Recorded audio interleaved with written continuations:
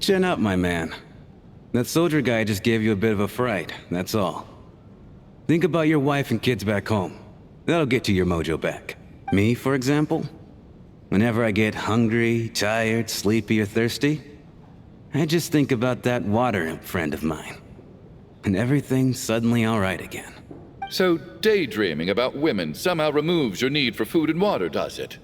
Don't be absurd.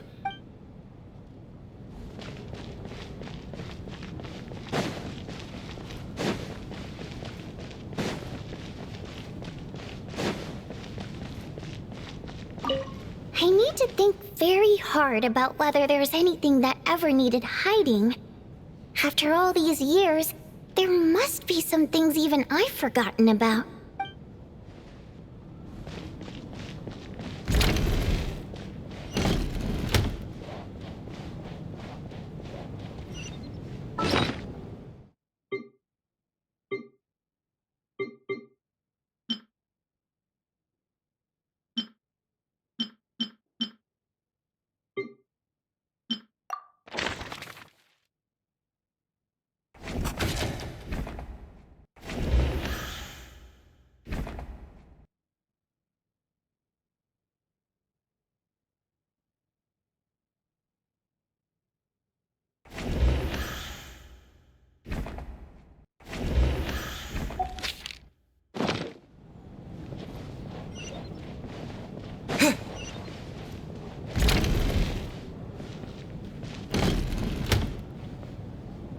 Valeri, come take a look at this. You too, Traveler. Some sort of notebook. What is it for? It's the on-duty logbook for the theater.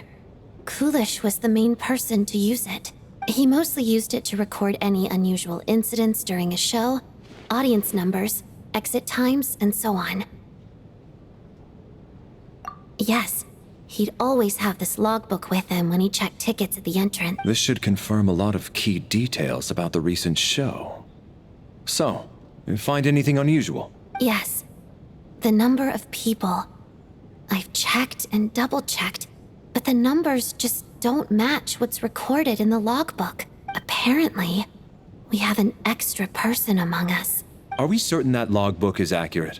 Could someone have sneaked in without buying a ticket or something? Unlikely. Kulish took his duties very seriously. I've rarely seen any errors in his work. Not to mention that this was a dress rehearsal, meaning smaller audience numbers and tighter ticket restrictions than usual. Everything would have been well within his control. We no longer have our tickets with us, do we? They got collected on entry. I assume there's no way we can check them again. Unfortunately not. The theater recycles tickets. Once people are in the door, they don't tend to leave until the show ends, so we collect the tickets at the point of entry. Still, I'm inclined to believe that this discrepancy in the head count is significant somehow. Did an extra person just materialize out of thin air?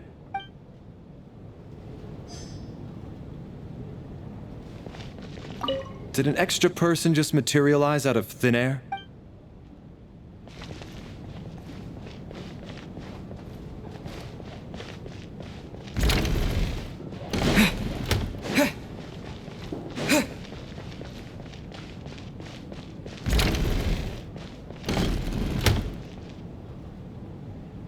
Ah, Traveler.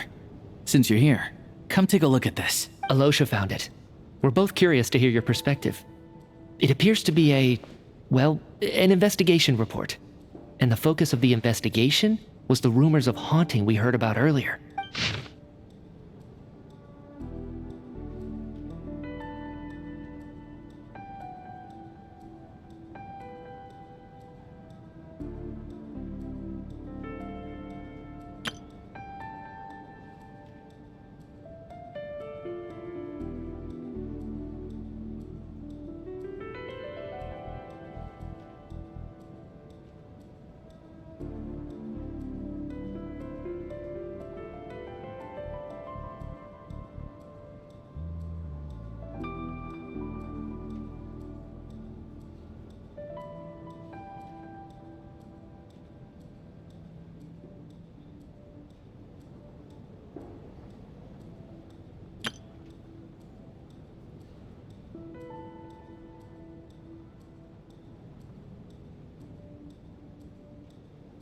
An investigation report, huh? Looks quite old. This person's name looks to be of Sumeru origin to me. Was the investigator from Sumeru? The theater manager must have hired an investigator once specifically to look into this issue. But it doesn't look like anyone ever looked at the report. Presumably, the manager wanted to know if the supposed haunting was dangerous, while also being fearful of word getting out in case it affected the theater's business. Anyway, the bottom line is, the haunting is actually real after all. It's caused by an obstruction in the ley lines. Is there any chance this is the key to finally making some progress with the murder cases? Ley line problems are pretty unexceptional to me by this point. And while it certainly offers an explanation for the ghosts, it's hard to imagine what connection it could have to these two murder cases. Some of the language that appears at the very end of the report caught my eye. Angel civilization, ley line renovation? My area of research doesn't touch on any of that, so it's completely outside of my wheelhouse. Huh? A piece of paper just fell out from the report. It landed right by your feet.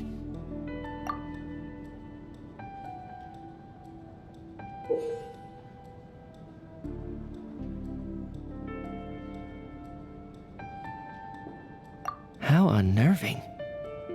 It was tucked inside the report, so it must be a note left by the author. Death is near. Is that supposed to be what's going on here? With us in the theater?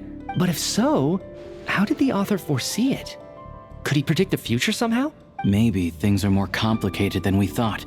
No, wait a second. If we take the report and the note at face value, they completely contradict one another. The report definitively concludes that the hauntings in the theater are harmless and cannot affect the real world.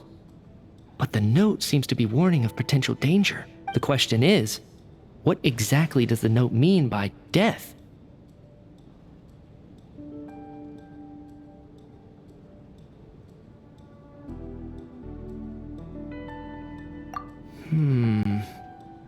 The various ways we could interpret this keyword lead in completely different directions.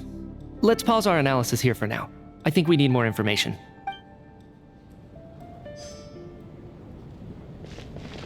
The question is, what exactly does the note mean by death?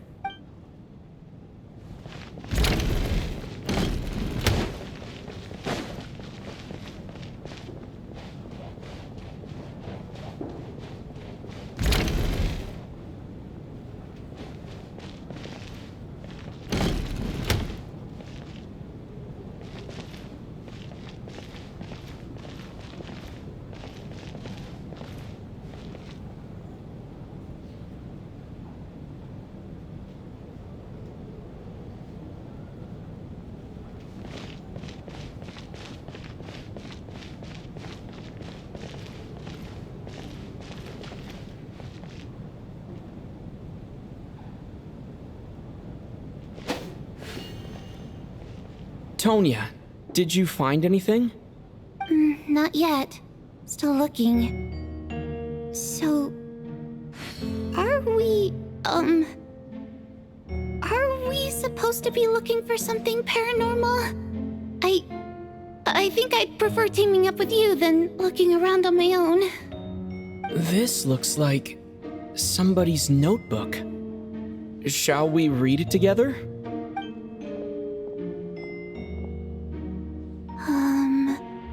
Well, it doesn't look scary or anything, so I guess it should be fine. All right, let's read it together.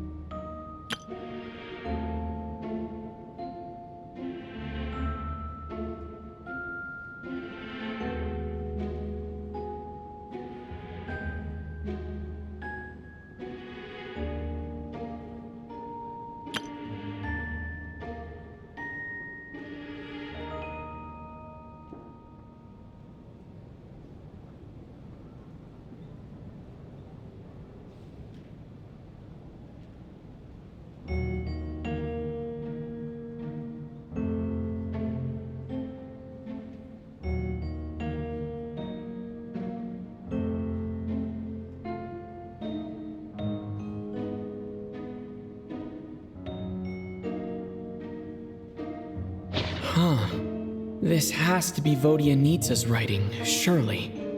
Maybe it's a little rude for us to peek at this.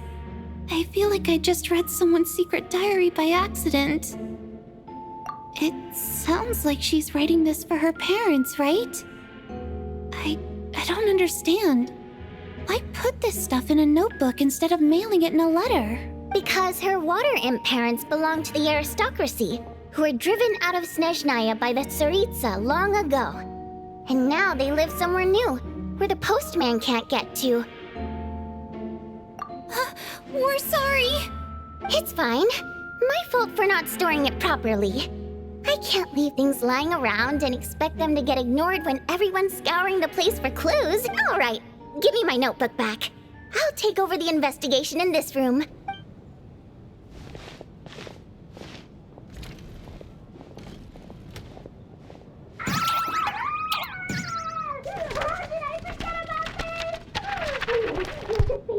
Oh God, and this one. Oh my. Why am I so embarrassing?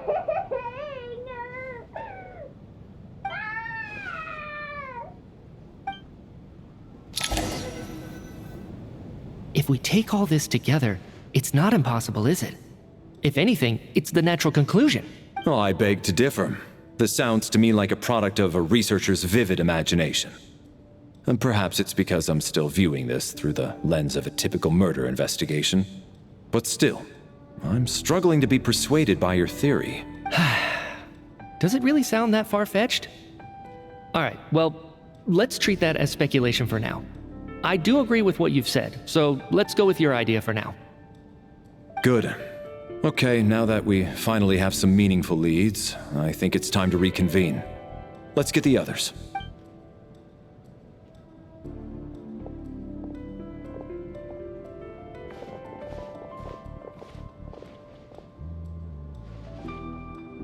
So, that's about everything we've discovered so far. I'll share my theory first. Based on what we've learned from the logbook, I believe the extra person among us is most likely the killer. If the killer had simply bought a ticket, it would have greatly increased the risk of their identity being exposed. I expect he or she either hid in the theater ahead of time, or found a way to slip past the ticket inspection. They then blended in with the group and waited for an opportunity to strike. What about the note found in the investigation report? Any thoughts on how that fits in? The killer may have simply planted it there as some sort of sick joke. I've seen my fair share of psychopathic killers. They love playing cryptic mind games. So, it has nothing to do with the haunting of the theater after all. This theory makes sense to me.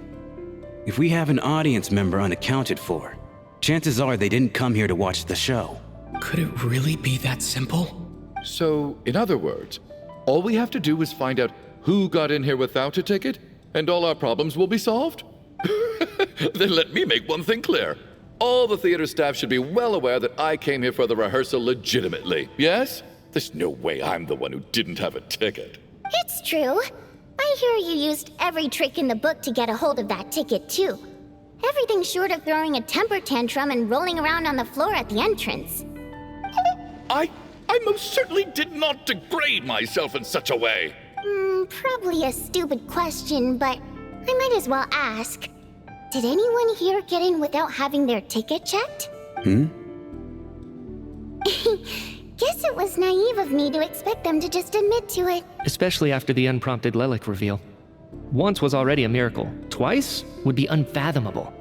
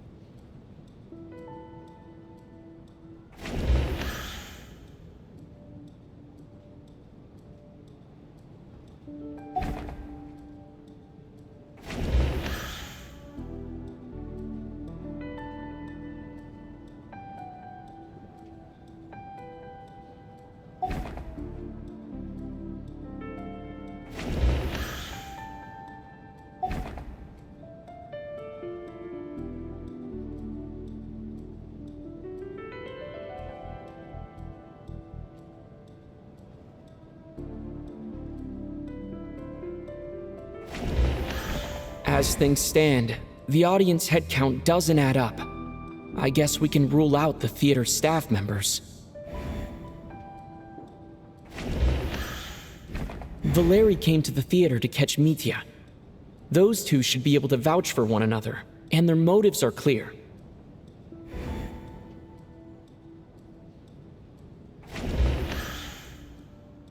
I got my ticket from Child. It was all above board and my ticket was checked at the entrance, so there's no way it's me.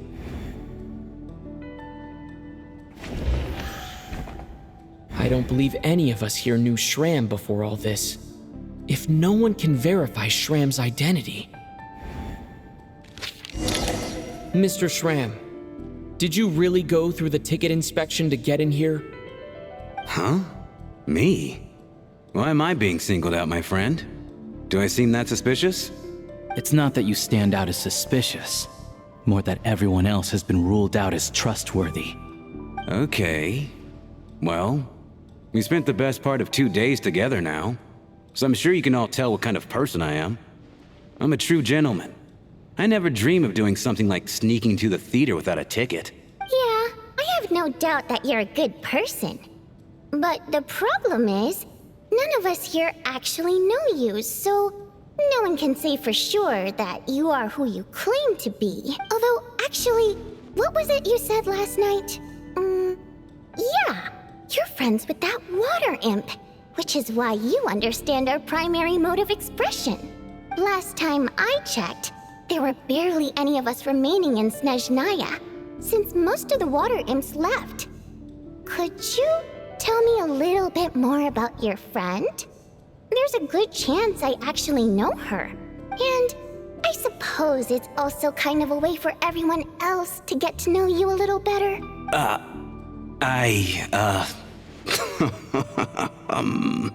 Good grief. Are you blushing? Pull yourself together, man. Stop giggling like a teenage boy. It's revolting. Hey, revolting is a little strong. All right, fine. I'll admit it. That water imp friend of mine, the truth is, we're dating. I was just a bodyguard hired by our family. But the stars must have aligned, because sparks began to fly between me and their daughter. Never in my wildest dreams did I think I'd get so lucky. We don't need details. Just get to the point. Okay. I'm just a little hesitant to reveal her name, that's all. You know how it is. These are delicate times, even with me to protect her. If word gets out that she's dating a human, both the Fae and human factions will give her a hard time. Really? Wait, no. That can't be. Huh? Shram, what the devil are you talking about? Why is everyone looking at me like that? Surely you can understand where I'm coming from. Delicate times? Factions? Yes? You know, the Civil War? Last time I checked, the Fae and the humans were still at each other's throats. If I'm not mistaken, the last significant civil war in Snezhnayan history was over 400 years ago, when Her Majesty the Tsaritsa had just taken the throne and was consolidating her reign. What do you mean, 400 years ago? What's going on here? Is Shram from the past? All right, Mr. Mitya, you win this round. As far-fetched as it is, it appears that your theory may be correct. I'm just as amazed as you are. I didn't even believe it myself, to be honest.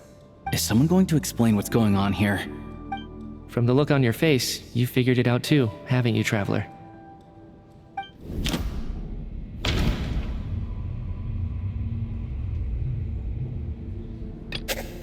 That seems to be the case. Shram's the extra person, but there's no way of learning his identity from this clue.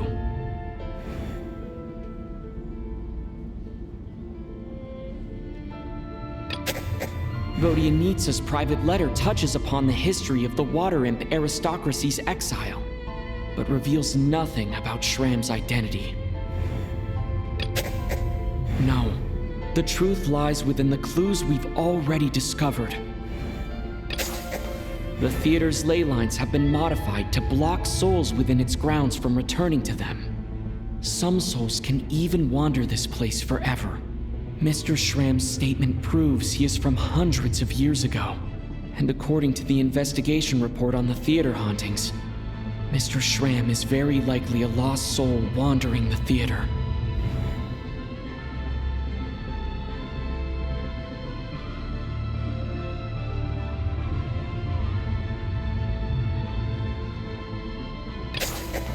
For some unknown reason, the soul that has been wandering the theater due to the ley line issues has joined our group and blended in.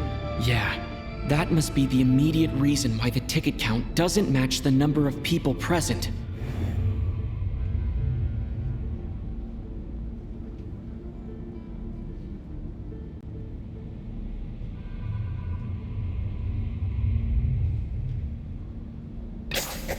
The contents of the investigation report have been verified. There are indeed ley line issues and wandering souls in the theater. Death likely symbolizes the deceased. Mr. Schramm, for instance, death is near. That must mean that there's a dead person in our midst. That's the truth, isn't it? Yeah, the logic is clear now. The investigation report said that there would be souls stuck wandering around the theater because the ley lines were cut off. Mr. Schramm must be one such soul who died in the theater a long time ago. In which case, that also makes him our extra person. So when the note said death is near, it must have been referring to death as in the deceased, people who died a long time ago. Someone who died a long time ago. In short, there's a dead person among us. The extra person we've been searching for is a ghost from the past. You mean I'm a ghost? No. Don't make jokes like that, my man. There must be some mistake. But even if I was dead, I know for a fact I didn't kill anyone these past 2 nights. Yeah, even if all that's true, the report also said the souls inside the theater can't affect reality, right? They're harmless. Then what if the problem isn't the souls at all, but the ley lines themselves? The ley lines have a powerful ability to attract and devour souls. Let's say that the ley lines are like a black hole, constantly seeking to engulf souls. But the souls that don't want to return are trying to avoid being sucked in. Why does this analogy sound so familiar? What happens when the black hole can't achieve its goal? I'm only speculating here, but what if it ended up swallowing innocent souls by mistake, or intentionally taking other souls to compensate? That could explain why we weren't able to determine a cause of death. If you're right, and their souls were devoured by the ley lines, it does make some sense. It does seem to explain a lot of the things we couldn't make sense of. Does that mean it's true? Except there's no concrete evidence. Mitya is relying on a lot of logical leaps. Still, it seems like the best explanation we have under the circumstances. All right, so how could Schramm not know that he's dead? Seems a little unlikely that he hasn't noticed anything unusual even after several days interacting with us. On the contrary, it's perfectly normal for a soul to wander the theater for centuries without questioning their existence or reason for being there. It's simply what's natural for them.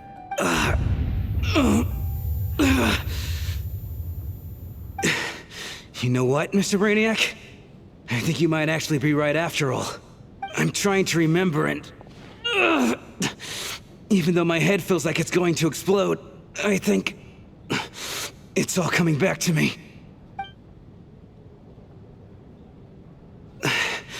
I was the one who didn't want to remember my own death, so I forced myself to forget.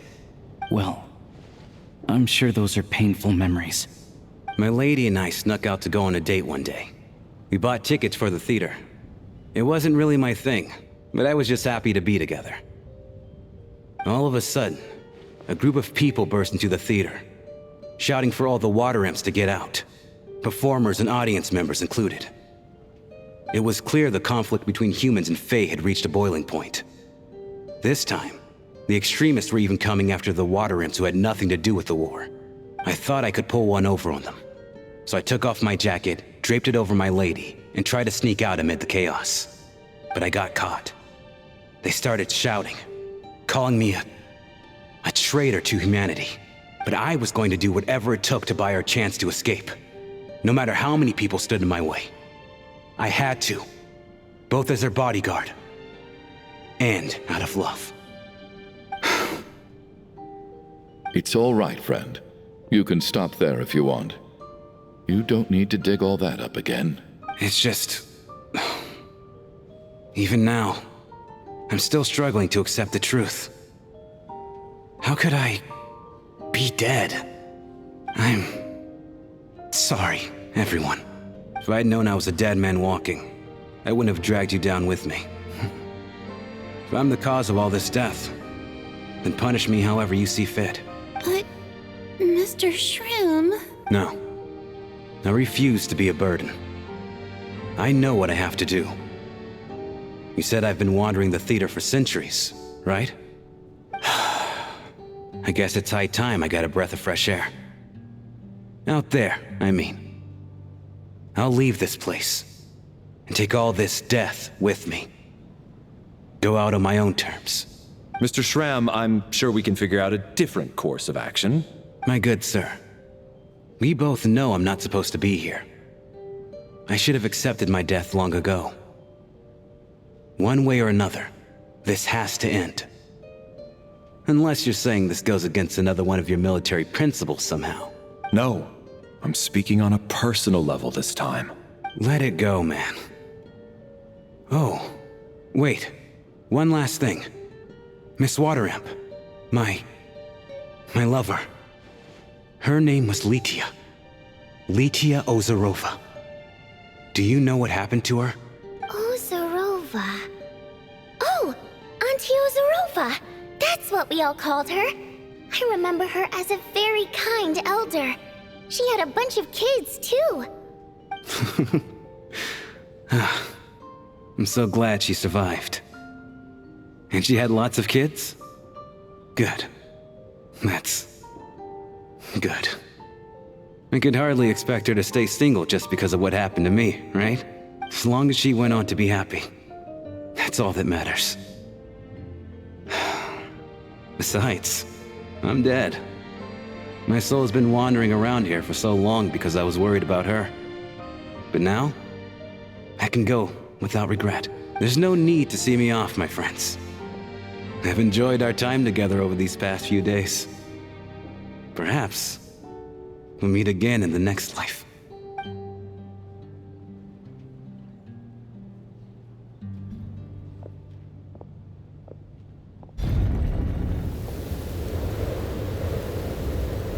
Take care, my man. I knew Mr. Shram was already dead, but... I still feel so sad. Death is cruel, no matter how we might try to make sense of it. So, was the conflict between Fae and humans really that bad back then? I was only little, so I don't remember much. It's terrible to think that so many innocent people had their lives turned upside down. Even the historical records about that time period don't say much about it. All people know is that the Tsaritsa founded the Fatui, drove out most of the Fae aristocracy without explanation, then used her terrifying power to suppress the humans. It seems to me like the Tsaritsa chose to make herself the enemy. She downplayed the conflict, directing whatever animosity both sides had for each other at herself instead. That's also why, despite how brutal the conflict was at the time, there hasn't been much lingering tension between humans and Fae since. Things have been fairly harmonious for the past few centuries. So, the Tsaritsa banished the Fae to protect the Fae living in the city? She offered herself up to be hated in exchange for peace. Maybe it's not quite as bad as it sounds. I don't think Her Majesty is too concerned if mortals hate her or not. And besides, there are very few who truly do. All this time, I had no idea. All right. If Mitia's theory is correct, then I think we can consider this matter settled. Let's all take a break. Ugh, if only this blasted storm wasn't still raging on.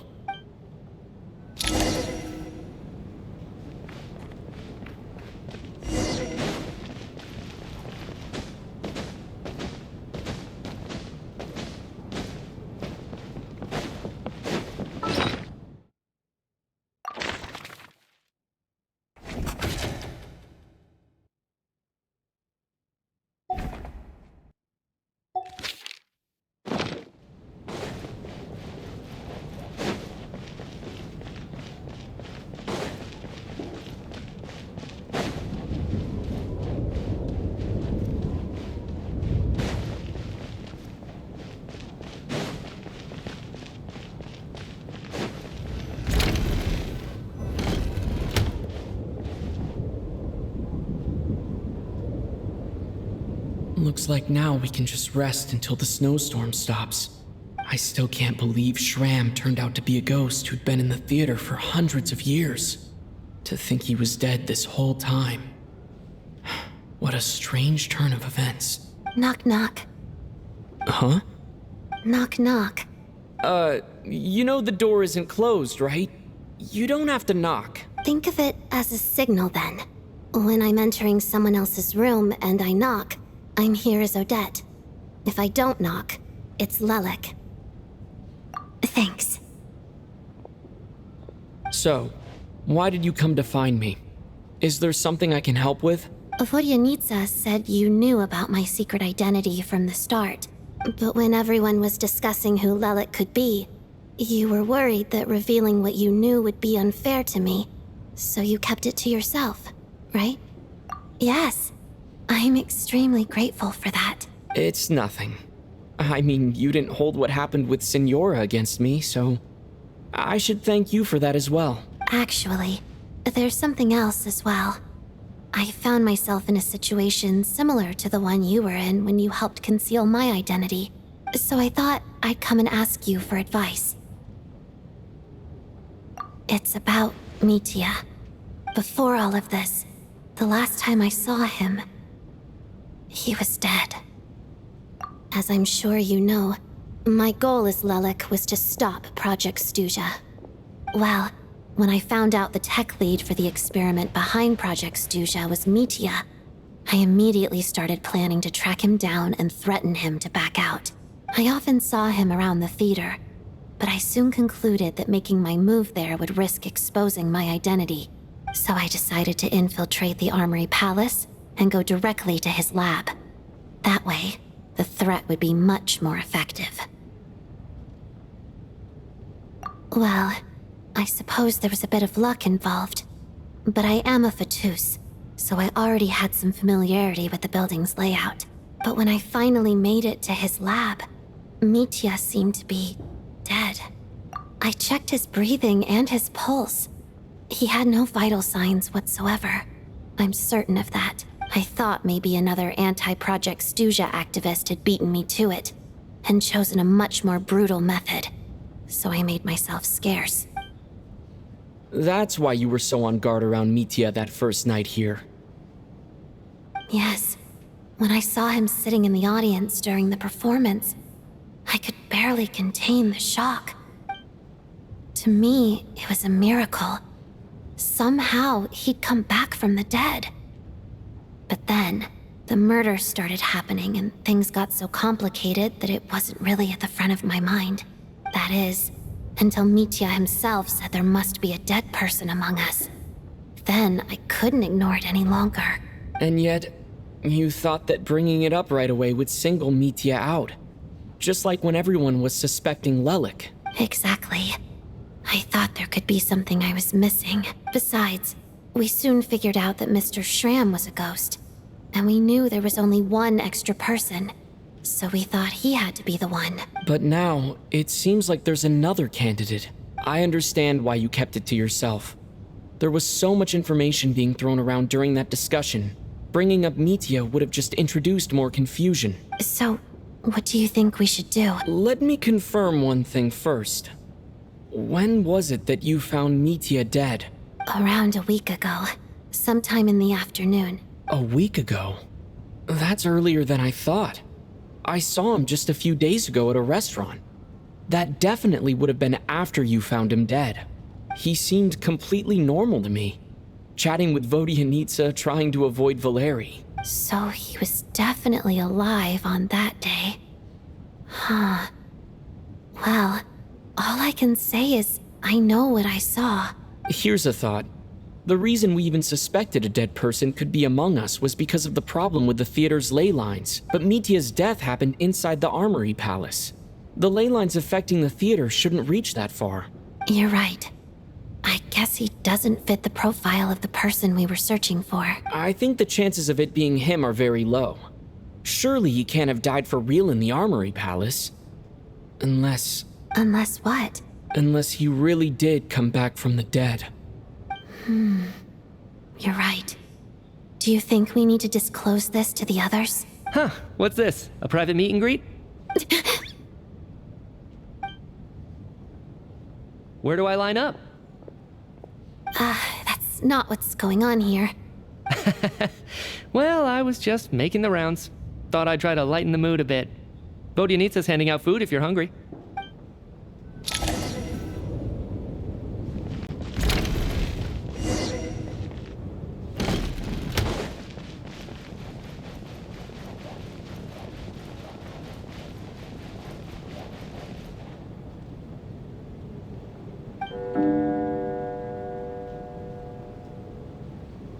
What is going on with this storm? Could it be connected to that monster that just arrived in Snezhnaya? I almost hope it is. Her Majesty the Tsaritsa left to vanquish that beast herself. We just need to wait for her triumphant return. Do you think people still feel the cold after they die? I'm wondering about Shram. Oh, maybe we should have given him a coat before he went out there. Death itself is cold, isn't it? I'm sure the storm will embrace him. Well, I hope he has a safe journey. I'm going to miss him, I think. It's not like we can blame him for Rampana and Kulish's deaths. Thinking back on it, we barely made it out alive ourselves. Once we get out of here, how are we going to explain what happened to their families?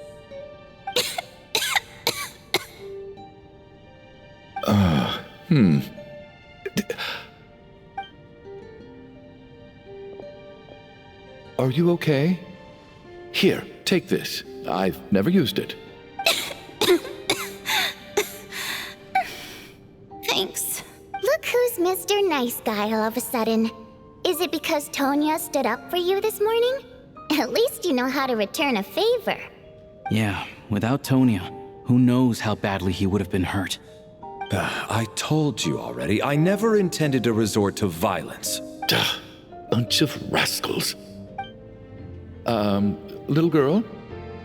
I was rather surprised when you spoke up for me this morning. I didn't think I had many admirers here, so, thank you. Oh, no need to thank me.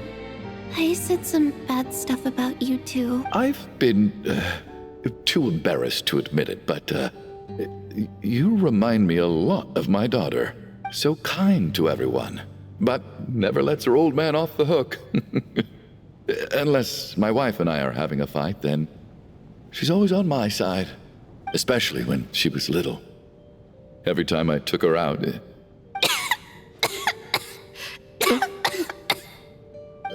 All right, easy now. How long have you had that cough, Tonya? I don't know. It's probably been a while. I'm fine. Are you taking anything for it? Yeah. I'll be fine once I see my brother. He's gonna pick some frost fairy flower leaves and brew a tonic for me. I'll feel much better once I drink that. I see. That's good to hear then. We should probably discuss arrangements for tonight.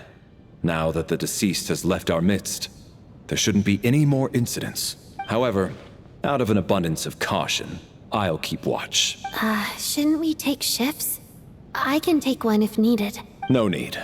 I managed to get a nap in earlier, so I have plenty of energy right now. After all the tension of the past few days, everyone else should just focus on getting a good night's sleep.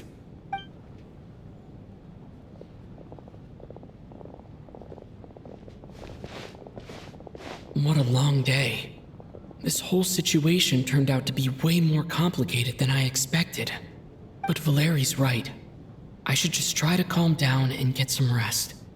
The last thing I want is to give myself nightmares.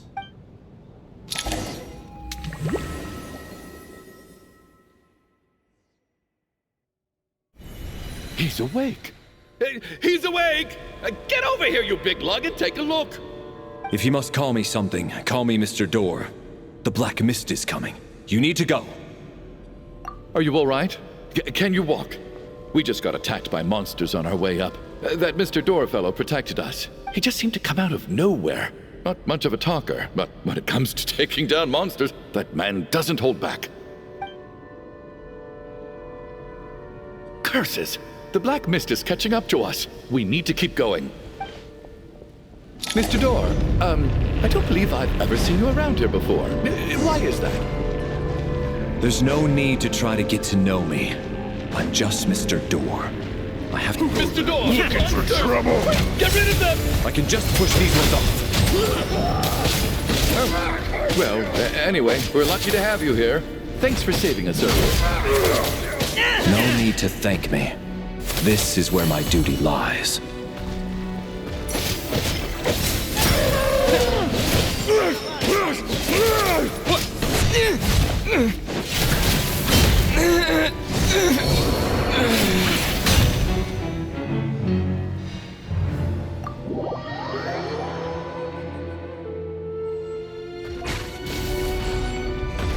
Looking for trouble?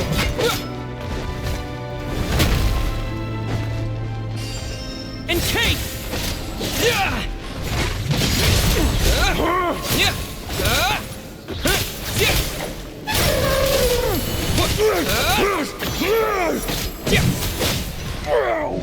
Blade!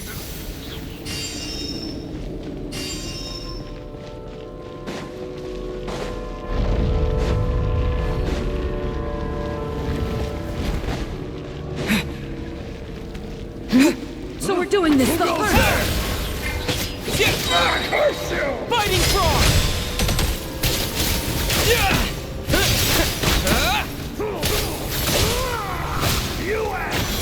You win this one.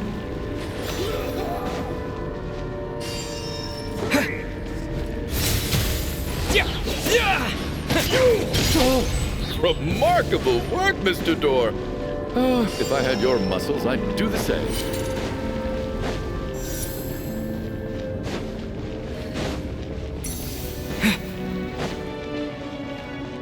Are none of these doors the one you're looking for? No.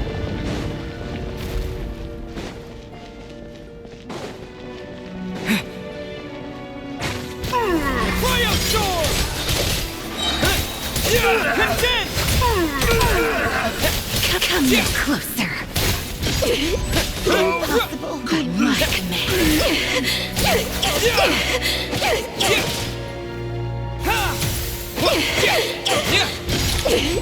Impossible. I'm so exhausted. And the black mist is still rising. Oh. Wait, look! There's more monsters down there. Are they coming from within the black mist?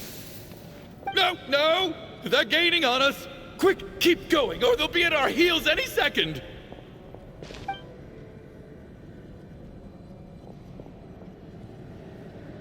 Mr. Door, what are you doing? We need to get out of here. They're coming!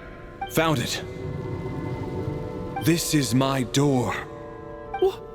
What? You mean you're going to stay here? I am a door. This is where my duty lies. No! You saved us. We can't leave you behind.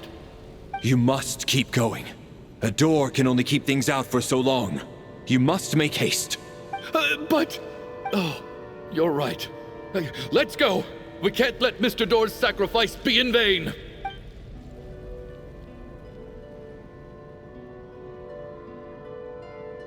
The black mist isn't moving anymore. Looks like both the monsters and Mr. Door are gone. I didn't just imagine all that, did I? Surely I wasn't so scared out of my mind that I hallucinated a door as a human being? Oh, okay, good. There's no way we both hallucinated the same thing. Getting sleepy? Well, looks like we're safe for now. Go ahead. Let's get some rest.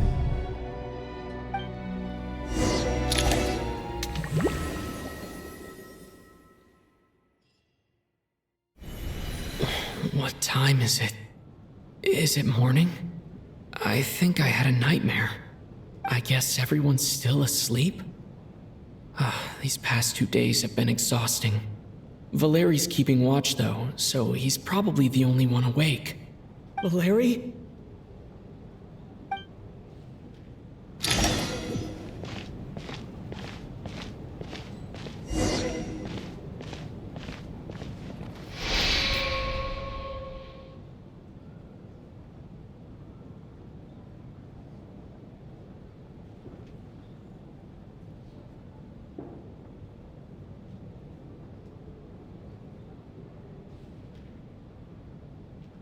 wake up!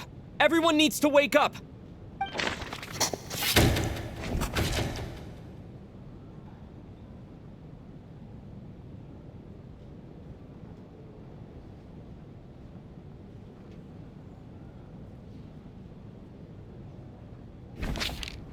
Just like the last 2 nights. No clear cause of death. I've been a real thorn in your side, haven't I, Mr. Valeri? Now you can rest in peace. But for me, life will be all the duller for not having to run away from you, my friend. How's Tonya? Is she okay? I just checked on her, and it doesn't seem like anything serious.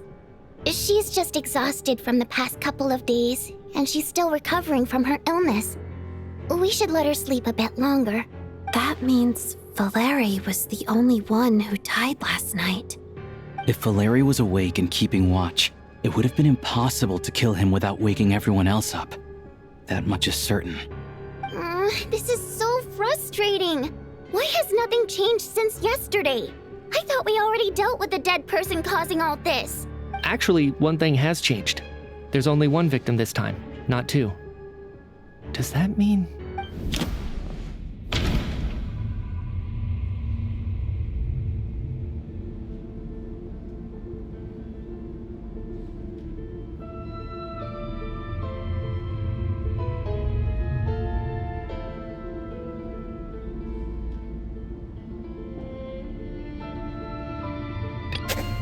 But Mr. Schramm was already deceased. No similar cases have ever been confirmed.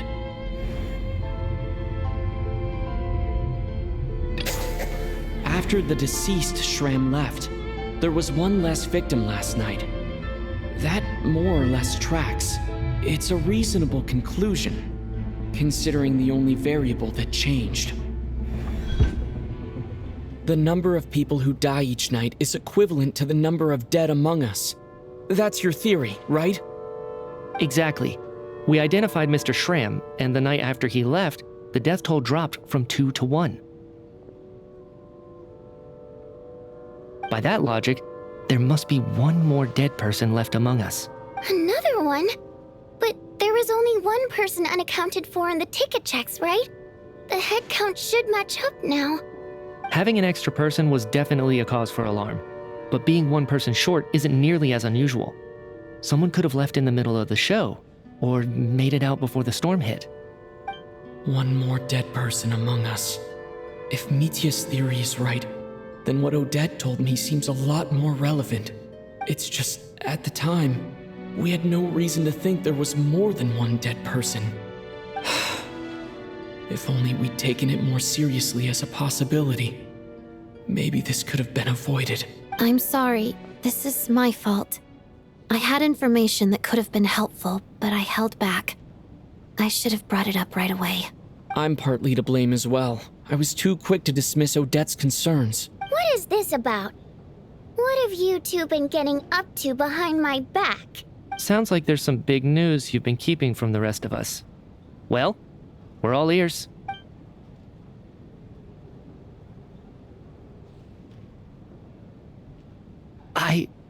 I'm the dead person? Wow, that's certainly news to me. Odette and I talked about it yesterday, but we thought it just wasn't possible, so we left it at that. Yeah, I don't blame you. If I'd been there, I probably would have reached the same conclusion.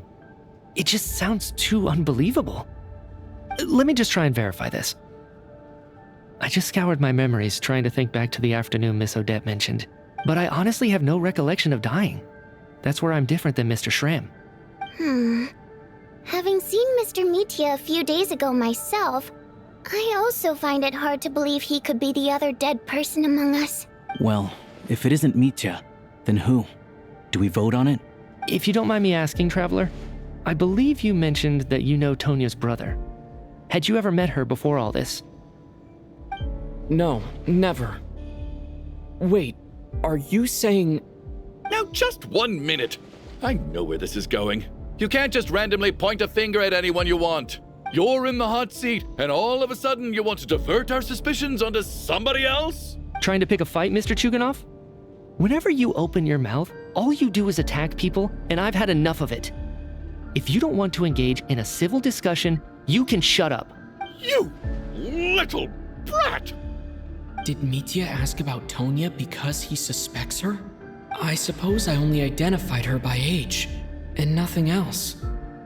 Could that mean... I'm just saying, you're going around casting suspicion on people for no reason. How could Tonya be dead? I can vouch for her if nothing else. I've seen her before. She's the sister of that Harbinger, isn't she? The one called Child. Oh, really? You're telling the truth? Since being here, I don't think I ever mentioned she was Child's sister specifically. Does Chuganov actually know her? If Chuganov can vouch for her, then it can't be Tonya either. In which case, it seems unlikely that there's another dead person among us at all. Miss Odette, could you go over that afternoon with me one more time, when you found me dead? No problem.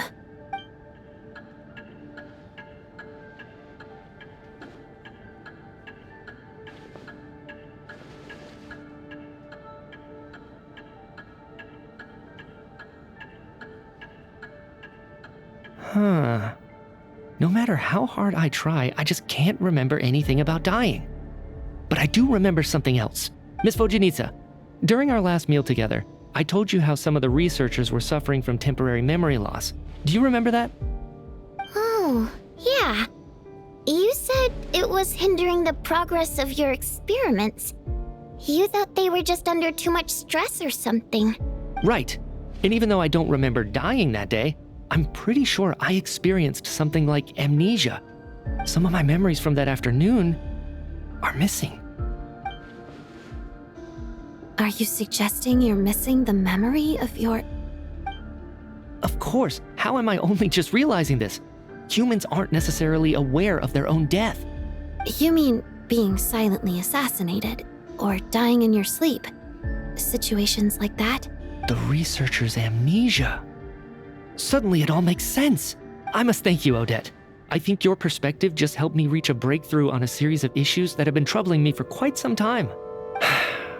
All right. It's decided then. I'll be the one to leave today. Oh, leave? Hey, wait a minute. Aren't you rushing into this? What if you're wrong? You'll pay with your life. Come on, kid. Aren't you gonna fight for your life? This seems like a rash decision. I have other reasons beyond what's been discussed. In fact, thinking back, I remember during Miss Odette's performance, while I was sitting in the audience stalls, a brilliant new idea for my research popped into my mind. But then, my train of thought suddenly cut off. I can't remember it now at all, and I didn't take any notes. I guess that must be another instance of temporary amnesia. No. Hold on. I see where you're going with this. You're suggesting that each instance of temporary amnesia is a death, right? There's a glaringly obvious flaw in that idea, no? How can one person die so many times? I believe Miss Odette's account. During the period where my memory is blank, I must have been either dead or in a similar state. All it would take is for the same thing to happen in the theater, and I would come under the effect of the ley lines in this vicinity. This increases the likelihood of me being the deceased, does it not? But... There's no evidence to suggest that anyone other than me is a candidate for the deceased. So allow me, as a scientist, to treat this as an experiment. Please relax, everyone. I don't think things are as bad as they may seem. If I really am the deceased, then to leave the theater will be a relief for me. If, on the other hand, I'm still alive right now, well, apparently you've all witnessed my resurrection recently anyway. Who's to say I won't return from the dead again this time? Mitya's right. This is the only thing we can try right now. I think he's deliberately downplaying the gravity of the situation, though. He probably doesn't want to burden everyone. What is a scientist if not someone who gambles on experiment after experiment in an attempt to obtain the truth? With this snowstorm, the ley line phenomenon, ghosts of the dead, and my amnesia, we've been paralyzed by not knowing and powerless to do anything about it. It's a terrible feeling. But if I do get resurrected, you can be sure that I'll come back with the truth of all this. Just you wait.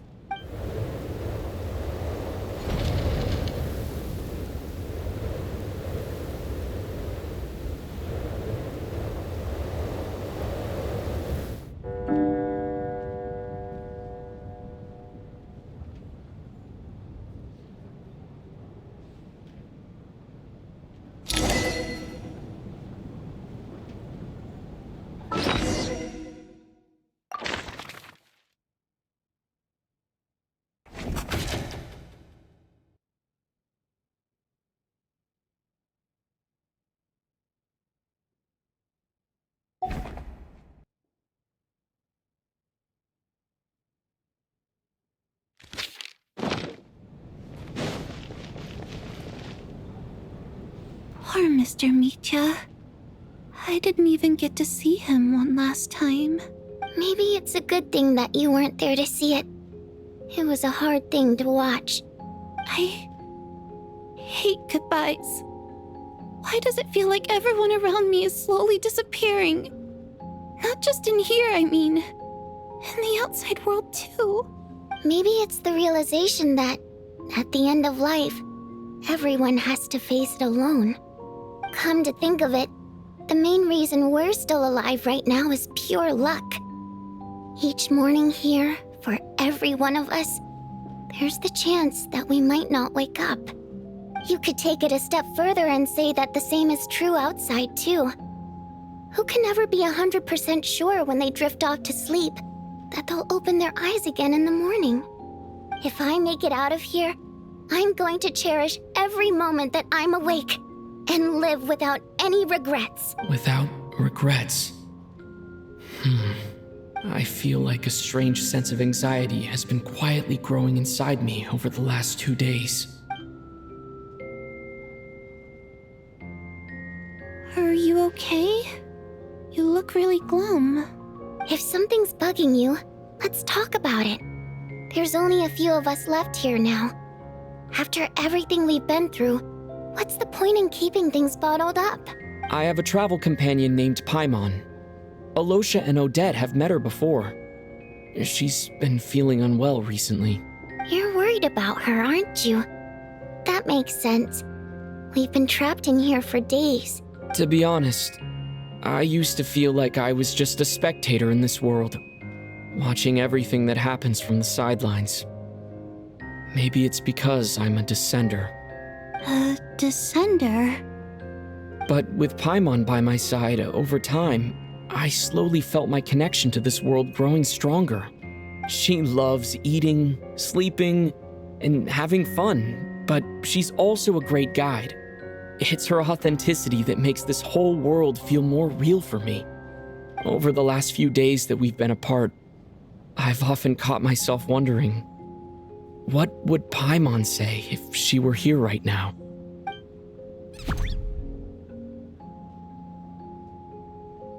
But by the time I snap out of it, the conversation has already moved on, and I'm still in my own little world. I'm trying to overcome this sense of detachment, but I really miss Paimon. I guess, in a way, she means the whole world to me. I bet she misses you when you're not there as well. Maybe you're her entire world too. I don't know if this will make you feel any better, but back when the water imps left Snezhnograd in droves, I also felt like the whole world was suddenly empty. I could be surrounded by people all smiling and having fun, and still feel completely separate from it. So, I totally understand how you feel. Later on, I started to think, maybe accepting the fact that our loved ones won't always be with us is something that takes a lifetime. All we can do is cherish their companionship from moment to moment. So, once we get out of here, you better hurry back to our side as fast as you can. You can't let your story end in regret. That's the trope I hate the most. Thank you. That's exactly what I needed to hear. But Vodyanitsa, if you hate goodbyes too, why didn't you leave with your people? That's just the choice I made. I used to regret it, but I don't anymore. Like I said before, singing is a water imp's primary mode of expression. It's how we convey our emotions. Our songs have echoed through this theater for hundreds of years, each one a story pieced together through moments of joy and sorrow. But does a story exist without someone to read it? To me, the answer is no. So I made the choice to stay.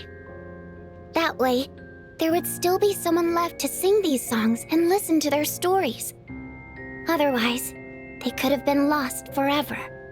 Could you teach me how to understand your people's songs sometime? I want to be able to truly hear them, like Mr. Shram. A fan after my own heart. Thank you, Tonya. How about I sing something for you, and you tell me what you hear? Okay, I'll do my best.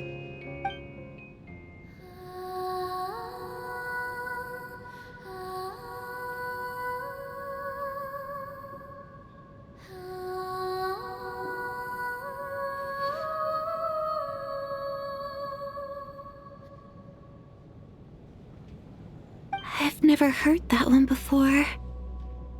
I feel like I can hear a sense of longing somehow. I wonder why that is. Color me impressed, Tonya. You're a keen listener. Most people can only tell if a song is happy or sad. I didn't think you'd be able to pick up on such specific details. So, what's the song about then? Come on, tell me! I've actually never performed this song in the theater before, because it has more of a ceremonial purpose for our people. It's not meant for the stage. It means something like, "May those we have lost watch over us, and follow this song back home in the night, so that we might be reunited once more." No wonder I could hear that sense of longing. You sing it for loved ones who have passed away. I hope it reaches them. It's getting late, Tonya, and you're not well. We should all turn in early. I suppose there's no reason to keep watch tonight. Okay, but, before I go to bed, could you sing that song a couple more times for me, Vodianitsa? Of course. Anything for my #1 fan.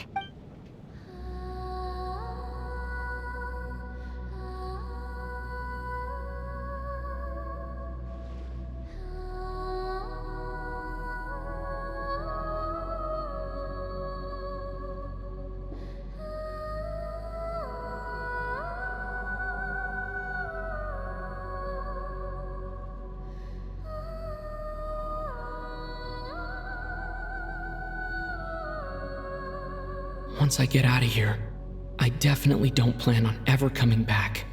But I guess that means I'll never get to hear Vodianitsa sing again. That's a sad thought. Before I fall asleep, I should cherish this moment of companionship while it lasts.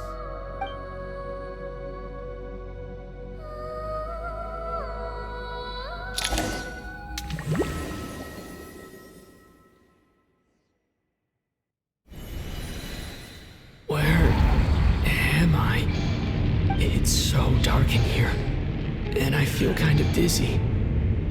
Am I alone?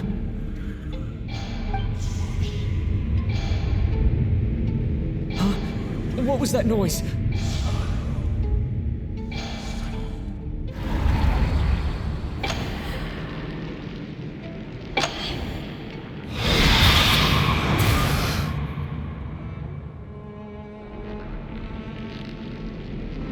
Return, O spirits. Fulfill your oath of protection.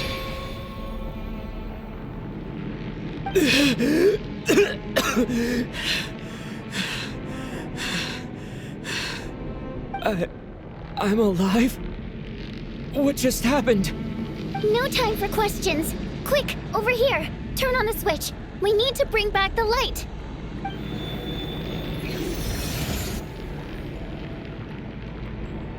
All right, we're safe. The spirit just now is called Night Prayer. The light subdues her, but she'll attack without a second thought in the dark. Sort of. I know it's hard, but you can't let this place go dark, or she'll kill you again. Yep. Luckily, I was here to resurrect you. Otherwise, that'd have been a real bummer. A bit more than a bummer, I'd say. Wait, so you have the ability to resurrect people? Sure I do. I'm your guardian spirit after all. I specialize in soul recall. Oh, it's nice to meet you, by the way. Thanks. It's nice to meet you too. All right, there's no time to waste. The black mist is already catching up. We need to avoid it and Night Prayer at all costs. Come on, let's go. We need to reach the next switch before the place gets too dark. If we bring the light back, Night Prayer won't be able to get to us. Sweet, sweet light! It's back! Now that's a sight for sore eyes. Shh! It's night prayer.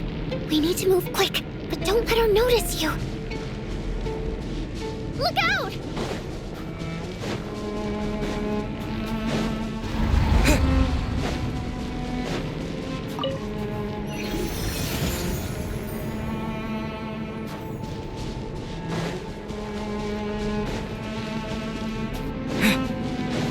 The next switch is over there.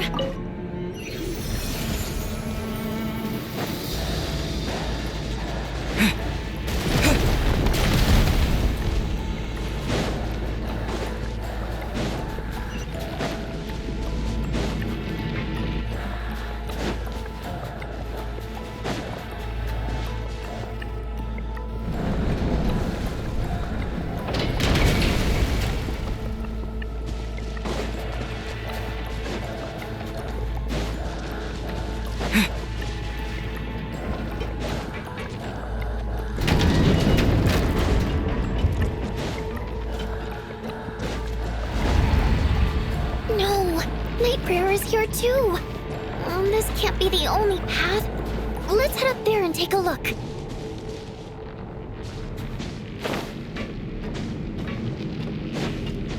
The switch is just up ahead. Hurry!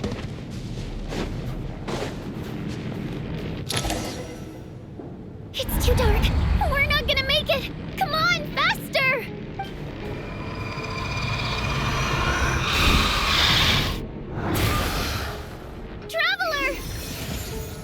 I won't let you die like this. Not on my watch.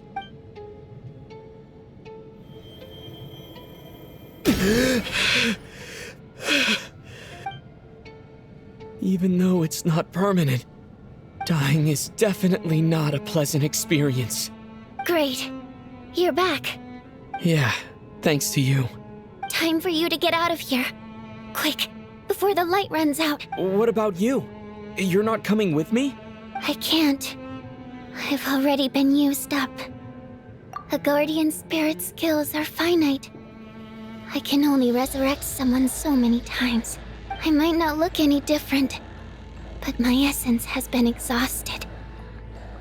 Now, I will slowly start to fade away. I can go no further. The black mist is where I belong. It's okay. Why didn't you tell me sooner? Because it wouldn't have changed anything. That knowledge would have just burdened you. And a guardian spirit's role is to protect. But... Go. Now, before it's too late. I already hear night prayer approaching.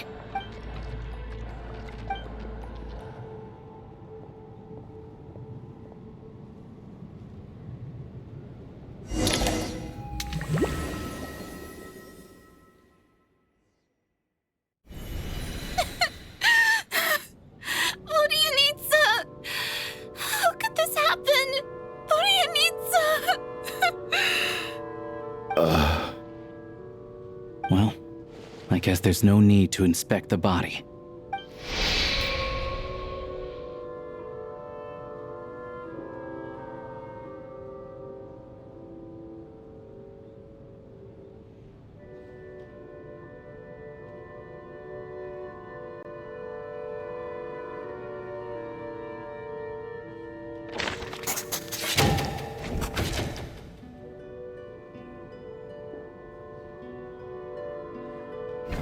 Wasn't supposed to happen.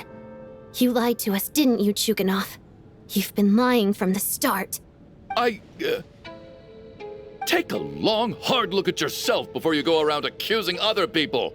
I suspected you on day one, Lelik, and now look where we are. By some strange coincidence, you've never been targeted. You just happen to have survived this long? No, you should be the prime suspect. And you, little hunter, ever so content with staying on the sidelines. Yet, you were the one who stopped us from leaving from the start! Why are you trying to keep us here? Now you're just lashing out indiscriminately. That's either a sign of anxiety or a guilty conscience. Where was all this passion and bravado before? decided to fight him to the bitter end. Is that it? Is that a threat? Fine, bring it on. You think I'm afraid to die after all this? You want to kill me? Go ahead. I'd like to see you try. After all the trauma of the past few days, everyone's been pushed to the breaking point. Valeria and Mitya aren't here anymore. Someone else needs to step up and take charge. But first, I need to think this through. Considering everyone left, who's the most likely candidate for the deceased?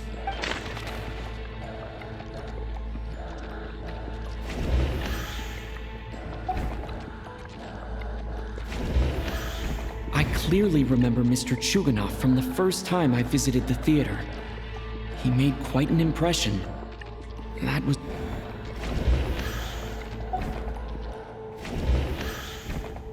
Of those who remain, the only person we've never met before is Tonya.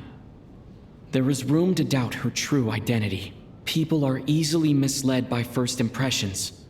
Now that I think about it, Child Sister was in fact a label I imposed on her due to my own assumptions. But Mr. Chuganov vouched for Tonya's identity yesterday. With basically no other possibilities left.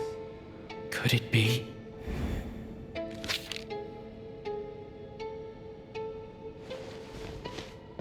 Tonya, how's Tusser been lately? Tusser? Your brother Ajax must have mentioned me in his letters home, right? Did he say anything about a blonde traveler? No. And my brother's name is Razik, not Ajax.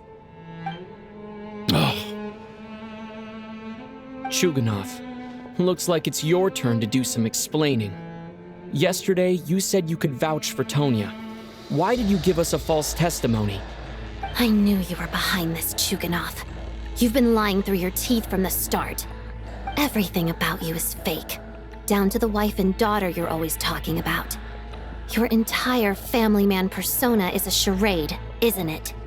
That night, when I infiltrated your place as Lelik, I noticed you were home alone. Didn't think much of it at the time, just thought everyone else was out.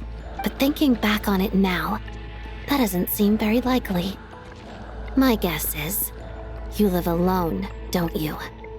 Even that was a lie? But why would he lie about having a family? Oh! Curses! Oh, why is there no end to this blasted snowstorm? If it would just stop! I think I remember now. I know how I ended up here. It feels like a distant memory. But at the same time, it's just like it was yesterday. The reason I'm always coughing is because I got sick with frostbite. The locals usually call it the snow cough. It's not a very common illness. It's partly genetic and partly caused by the cold climate, but it can be fatal. They sent me to the hospital as soon as they found out I had it, and I spent so long lying there in that hospital bed. After a while, I felt myself growing weaker and weaker. Nothing seemed to be working anymore. Neither the treatment that the doctors were giving me, nor the medicine my brother was brewing from frost fairy flower leaves. So one day, I told my brother that I wanted him to take me outside for once, so things could be like they used to, just for one day. I wanted to meet loads of friends, experience new things. He agreed. He snuck me out of the hospital, and we escaped. We got to the theater, bought tickets, and went inside. Oh, it was all so exciting. I remember the show very clearly. It was amazing. But I found myself getting sleepier and sleepier. Oh, Tonya. When I woke up, I couldn't find my brother anywhere, so I guessed he'd already left. But there's no way he'd leave me behind. So I decided to stay here and wait for him. At the time, I figured he'd probably gone to brew some more medicine for me. I was planning to chew him out for abandoning me when he got back. Tonya, It sounds like by then, you'd already... Yeah, I know. I understand now. Dead, aren't I? This cough and the feeling weak. It's probably just my body's memory. After all of that, it turns out I can't blame my brother after all. I was the one who abandoned him. I'm sorry, everyone. I realized this much too late. It seems like death skewed my perception. And now I've dragged you all into this mess. Your name probably isn't even Tonya, is it? Didn't that ever strike you as odd over the last few days? Well, when I was little, my brother and I read a storybook, and Tonya is the name of one of the characters. When we escaped from the hospital, our family and the hospital security were looking everywhere for us. So when you first approached me and said my brother had sent you, and called me Tonya, I thought he must have chosen a fake name that only the two of us would know. Because he was afraid of getting caught. No. It seems like that was just wishful thinking. At least your memory of death isn't painful. That is a small comfort. Now it's your turn, Chuganov. Talk to us. I believe no lie is ever told without a reason.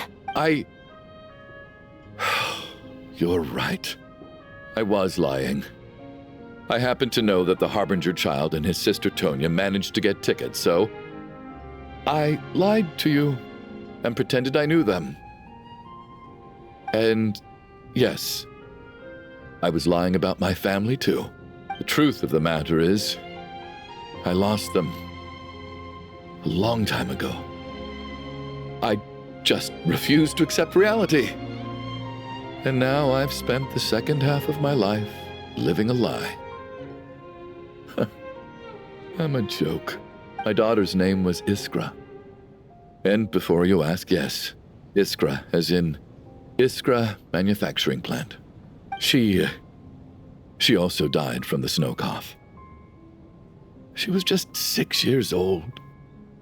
If she were still alive today, she'd be around the same age as little Tonya here, after Iskra passed. My wife couldn't bear to face those memories either.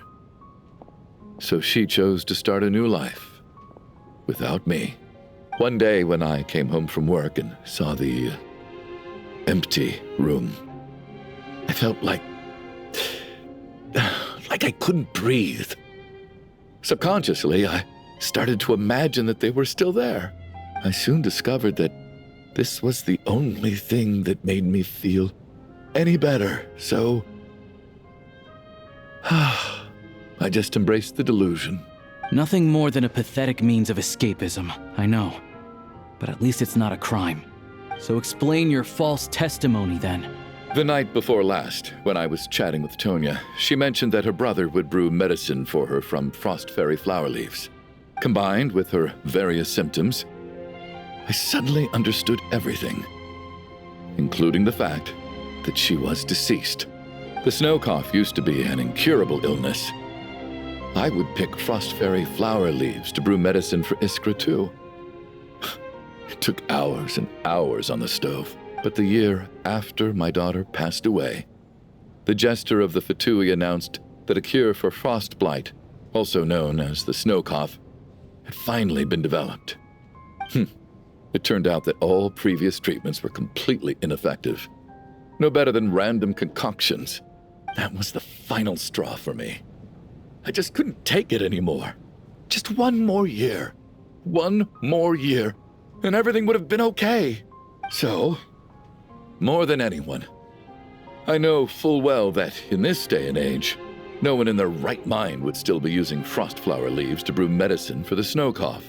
Poor Miss Tonya, therefore, had to have been from an era when snow cough was still a terminal illness.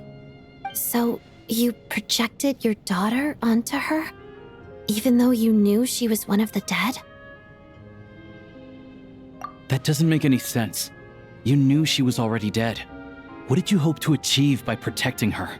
I just don't believe in your crackpot theories. nor do I approve of your actions.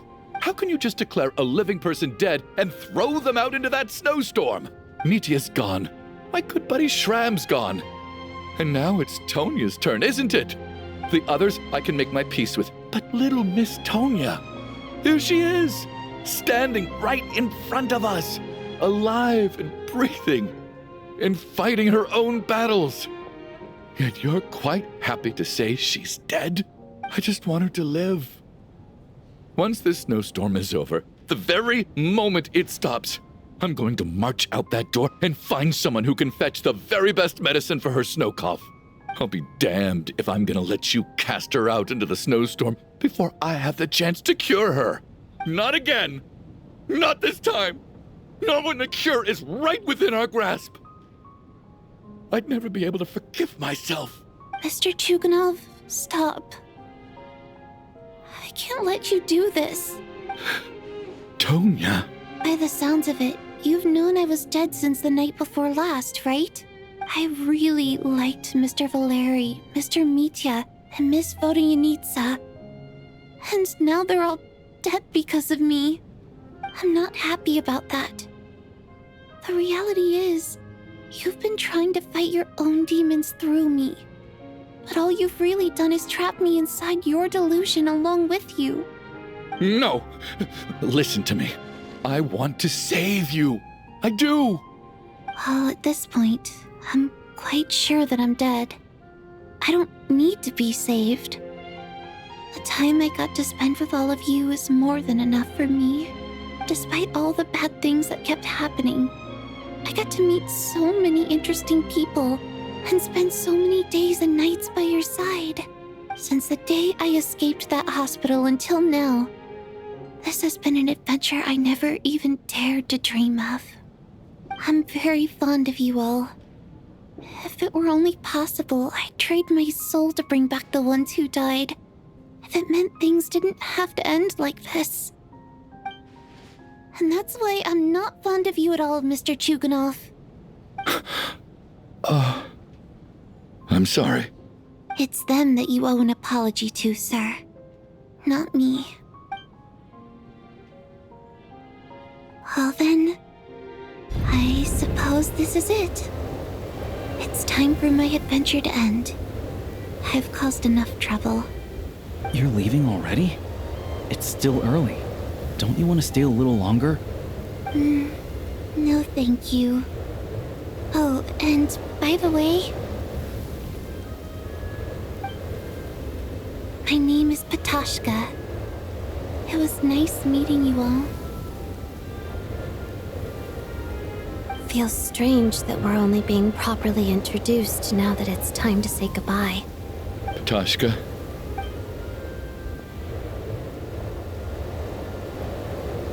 What are you doing, Chuganov? Are you crazy? Let me leave. I can't keep lying to myself anymore. In your dreams. Don't think you're getting off that easy when you had a hand in the deaths of so many people. The Fatui have honed quite an array of enhanced interrogation techniques since they were founded. Once we're out of here, Lelik will personally give you a taste of every last one.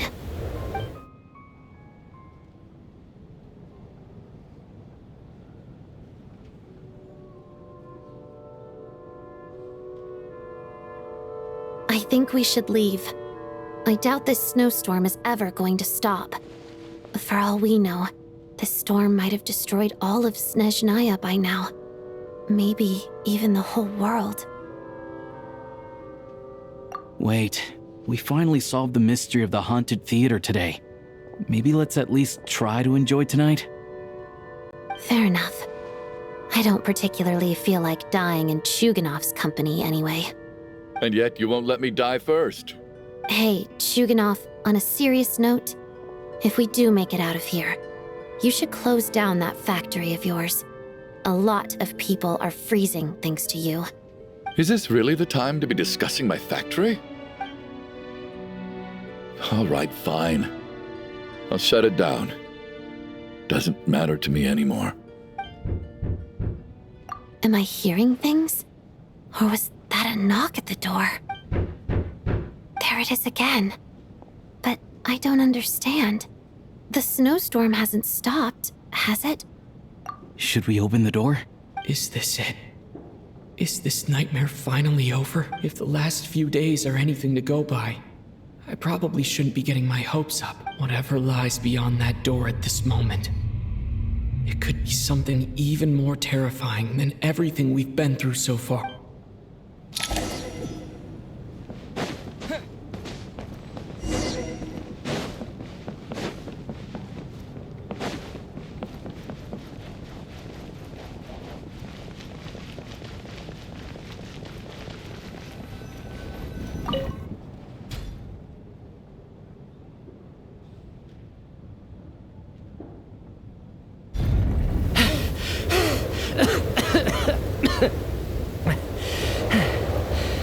Hey everyone, I'm back. How are you doing? Feeling any better? Much better, thanks. Whew, it is so good to have you guys here. I was a little worried that the theater would be empty by the time I got back. Let me see. Tonya and Vodyanitsa are missing, which means Vodyanitsa died last night. And then you discovered that Tonya was the other dead person. Am I right? Not Tonya. Petashka. First, tell us how you made it back here. Given the conditions outside, no one should be able to return alive. You're right. The thing that got me back safely was a song. I heard someone singing. After walking into the snowstorm, my mind grew hazy. I don't know how long I walked through the storm before my mind completely slipped away. Then, suddenly, I heard the sound of singing. The voice instantly brought me back to my senses, and I regained consciousness. So I followed the voice, searching for the source of the singing. I searched and searched, until finally, just a few moments ago, there was the entrance to the theater, right in front of me. I've actually never performed this song in the theater before, because it has more of a ceremonial purpose for our people. It's not meant for the stage. It means something like, "May those we have lost watch over us, and follow this song back home in the night, so that we might be reunited once more." That must have been Vodyanitsa's Requiem. Who knew it actually worked? That song is meant to guide the souls of the dead. Mitya, that must mean that you... Huh. No kidding. Seemed like I guessed right then. This is what I've been so desperate to tell you about. When I first stepped out of the theater, I was still quite lucid. My memory of it is still pretty intact. I remember the outside world being completely different than what I'd expected. It was like this was a world where only the snowstorm existed. There wasn't a trace of any humans or buildings ever having been there. I don't know how else to describe it, except to say that it just didn't seem like the real world. And as for the Requiem, if I was guided here by Vodyanitsa's song, it can only mean that I must already be dead. And this is my soul, not my body. But I didn't experience a clear moment of death while I was out there. Nor do I feel any different now than before I walked into the snowstorm. You don't seem any different to me either. In fact, this is something I've been wondering about for a while now. If souls aren't physical, shouldn't they lack tangible form? Both Shram and Petashka were clearly deceased, and yet their souls didn't look or feel like ghosts at all. They were visible, tangible, no different than you or me. This raises a truly terrible thought. Is that really what Mitya is suggesting?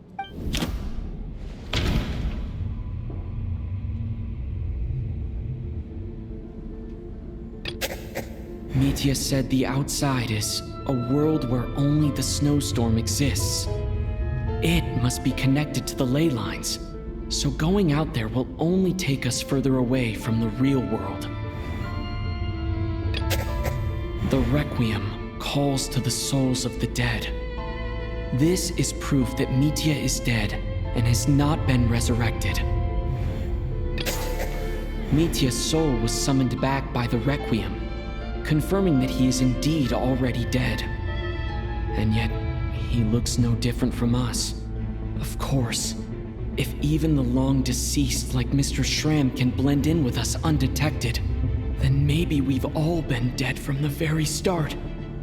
And all of us are now souls wandering the theater.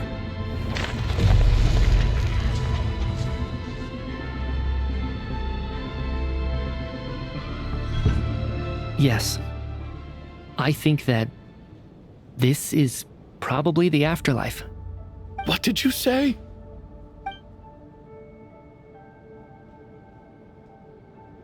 You heard me. We died in the theater. All of us did. But due to an obstruction in the theater's ley lines, our souls are trapped here, while an endless, infinite snowstorm rages outside. It's ironic, really. All that time, we were working so hard to figure out who the deceased among us were, when the truth was, we were all deceased. The only difference being some of us died more recently than others. Do you remember that note, "Death is near"? Seems like we misunderstood what it meant after all. Death was nearer than we wanted to think all along. The note simply meant that all of us were already dead. So all our attempts to survive, our search for the deceased, it was all for nothing? Hard to say. At the very least, we helped 2 lost souls find clarity and go to where they belong. The presence of those 2 is probably what caused our souls to be drawn in by the ley lines. In which case, the deaths we've awoken to over the past few days were just souls returning to the ley lines for good. If what you're saying is true, doesn't that make us the lost souls now? Huh, no wonder. This afternoon, when I was moving Vodyanitsa's body, I noticed that the other bodies in the room hadn't decayed one bit after all these days. That's further proof that those aren't physical bodies at all, but merely our shells here in the afterlife. Am I really dead? This doesn't feel real to me at all. No, that's impossible. This cannot be how it all ends. I still find it hard to believe that all of us are dead. How exactly did we die in the real world? None of us have any memories of dying, right? Not even knowing how we died is preposterous. Good grief! Surely there has to be some reason. Exactly. It's hard to rest in peace when you don't even know how you died. It gave me lots to think about as I strode out into the snowstorm. I racked my brains trying to remember the cause of my death, the exact moment I died, the root of all of this, right up until my consciousness faded. Wait. Hold on. Right before I lost consciousness, I think I saw something. I can't remember. And I think I lost my notebook and pen. Mitya, your hand. Is that blood on your fingers? Huh? You're right. There's blood on the fingertips of my right hand. Looks like it's already dried. When did that happen? What the? I guess this was what I saw. I must have desperately drawn it in my own blood right before losing consciousness. What's wrong? Do you recognize the symbol? It's Renova, the ruler of death. Alosha, do you still remember that Snezhnayan folktale you told me about? It was about the Grim Reaper. When someone's about to die, he appears as an incarnation of someone familiar to guide their soul into the afterlife. And as soon as you recognize his face, your life is over. I heard a similar tale when I was little.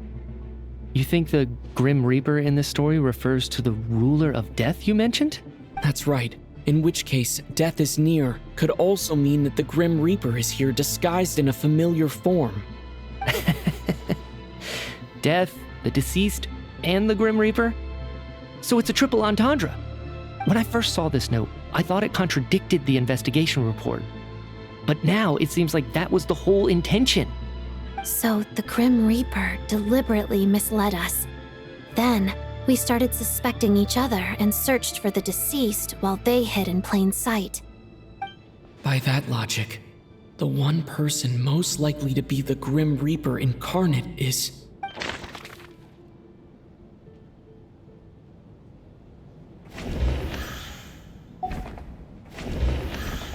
Identifying the Grim Reaper is a major decision to make. I should think it over carefully. Identifying the Grim Reaper. Identifying the Grim Reaper. Identifying the Grim Reaper is a major decision to make. I should think it over carefully.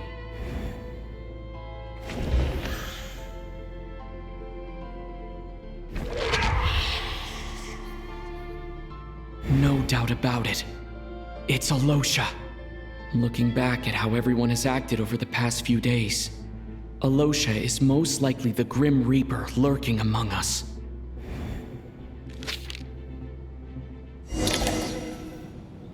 Is it you, Alosha?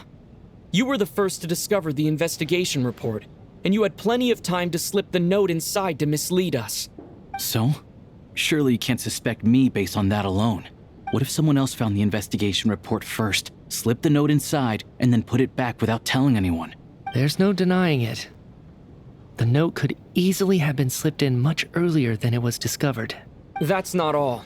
I've also noticed that although on the surface, Valeri, Mitya, and sometimes I were the ones taking charge of the situation, looking back now, even though you didn't say much, you were always subtly guiding everyone from the sidelines.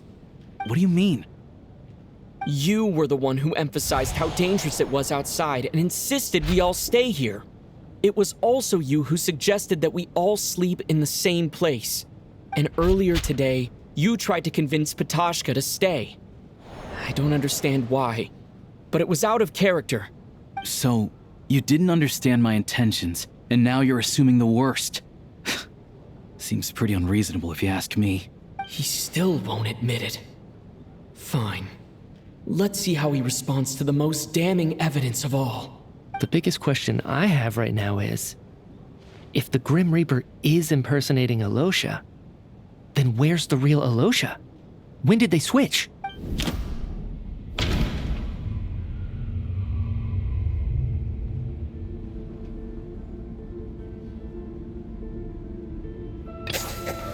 That's right. This was the moment. Right at the start. Before any victims had even emerged, Alosha was switched with the Ruler of Death while everyone's guard was still down.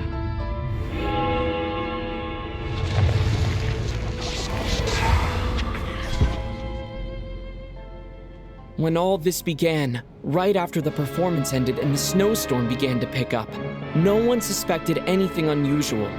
We just assumed we were snowed in. It wasn't until we discovered the bodies the morning after that we realized something out of the ordinary was going on. But it's clear now that the oddities actually started earlier than that, when Dimov walked into the snowstorm and never came back. Right. So Mr. Dimov was the first victim, not Sobolova and Torgov. And if we pinpoint that moment as the beginning of this incident, then one thing becomes clear. Alosha, you are the only person who walked into the snowstorm and came back without the help of Vodyanitsa's Requiem. More precisely, Alosha never came back at all. The one who came back was the Grim Reaper. Not bad. Well, since you've backed me into a corner, I suppose there's no point in keeping up the act anymore. Alosha? You're the Grim Reaper? I am no such tired cliché. Mortals should address me as the Ruler of Death.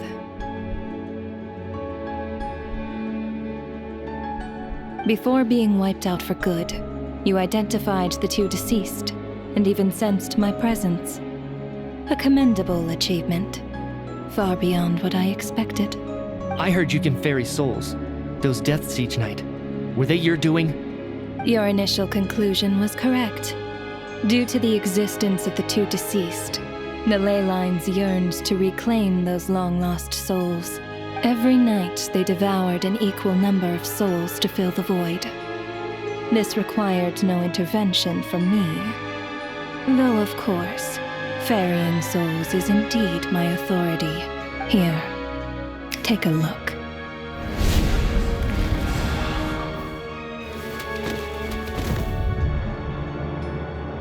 What are you doing?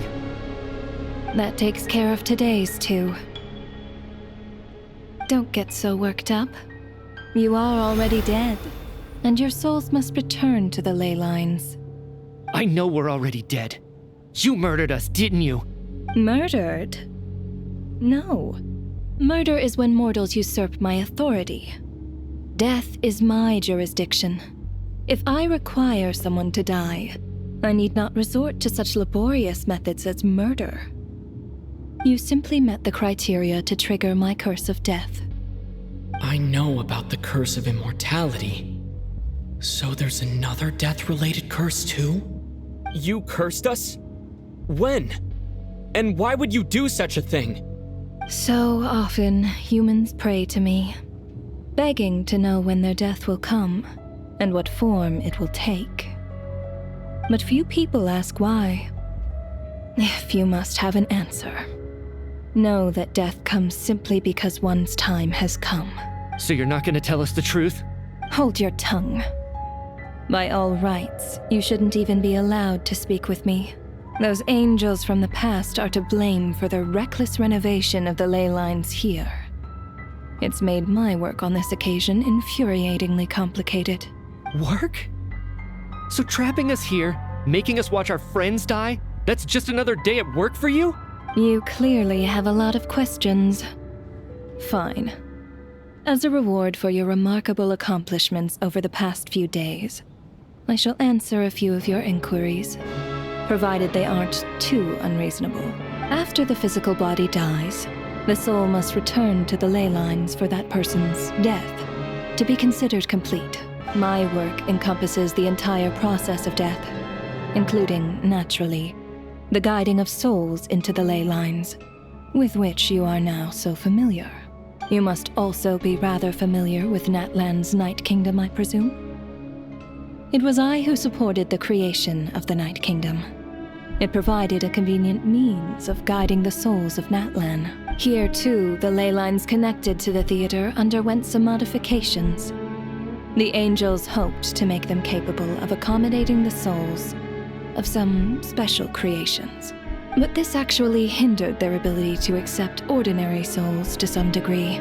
This effect manifested itself after you died from the curse in the theater, leaving you stranded in the afterlife, unable to achieve a complete death. But if souls who die from the curse of death fail to return to the ley lines within a short window of time, they will miss their chance for good.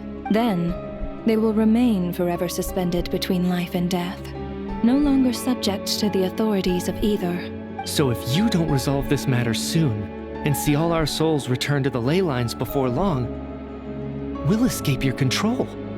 Mitya is sharp.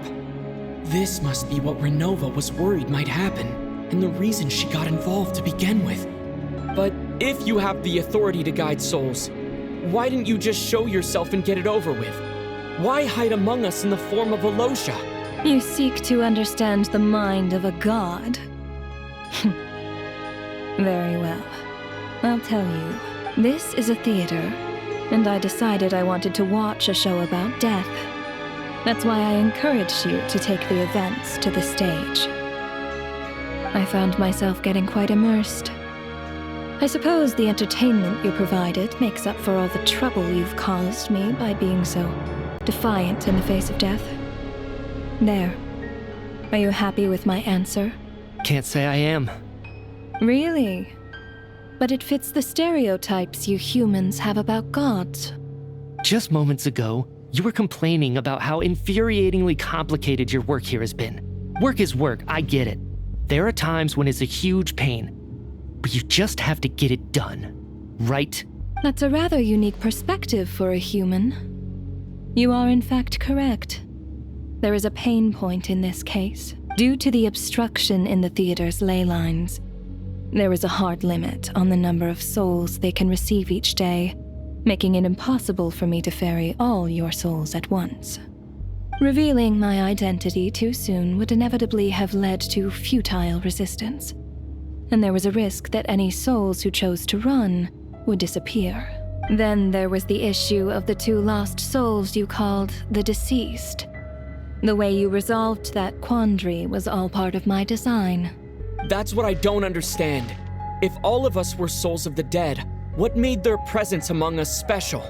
For centuries, they have refused to return to the ley lines, exploiting the issues created by the angel civilization to resist being drawn in.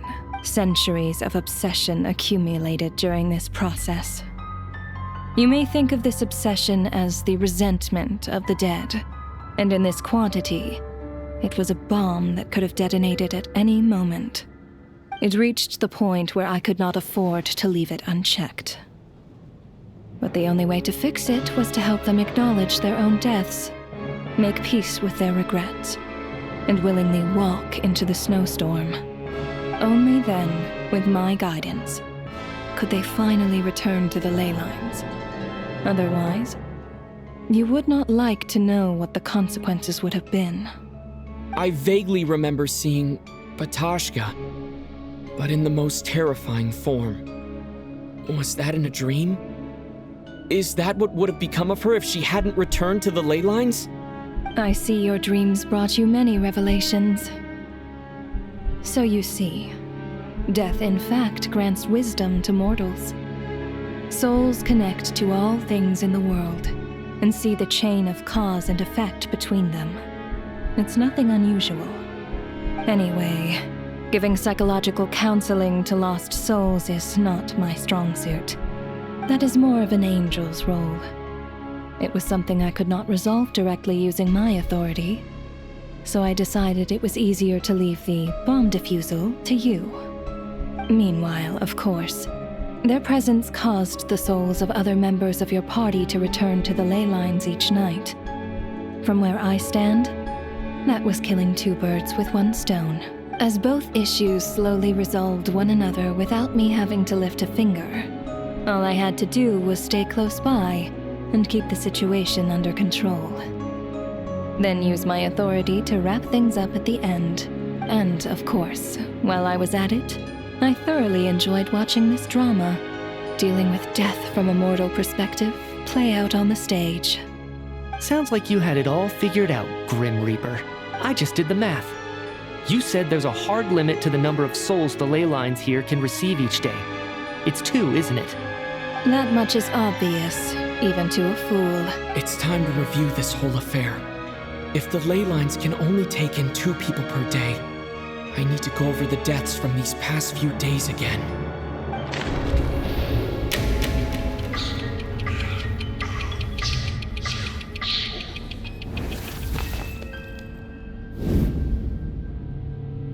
Looking back now, none of us had the faintest idea at the time. From the moment that staff member named Dimov walked into the snowstorm, the incident had already begun.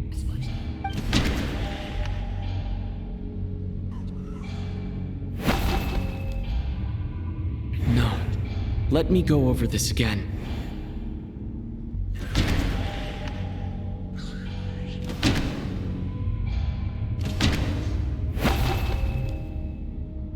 No.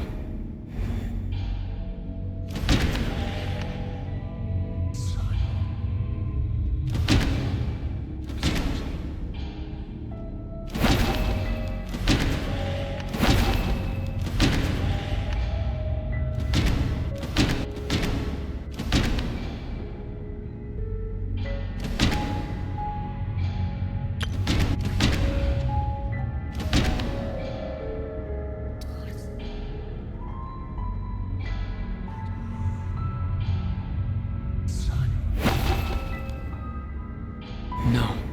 Let me go over this again. No.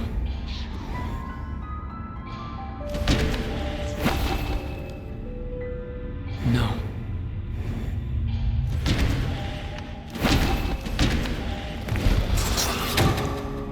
Alosha was the second to walk into the snowstorm after Dimov to investigate. During this process, the ruler of death assumed his identity, making him one of the victims.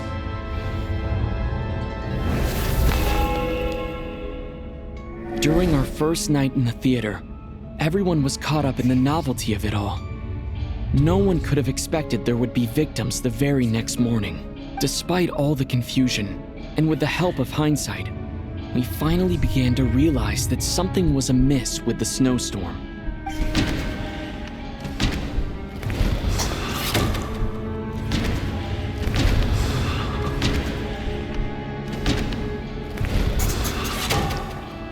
The ley lines devoured Torgov and Sobolova on the first night. At the time, we thought this might be a murder case connected to Lelik.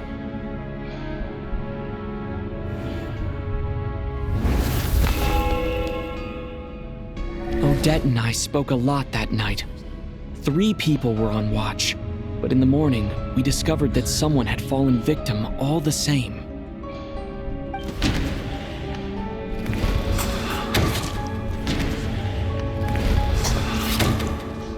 The deaths of Kulish and Rampana caused everyone to stop suspecting Lelik.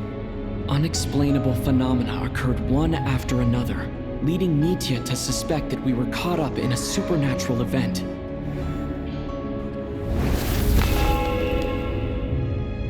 Later, we discovered that there seemed to be an extra person among us, and subsequently discovered the existence of the deceased.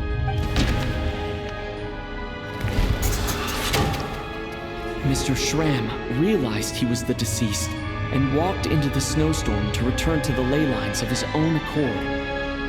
It turns out there really was a dead person among us.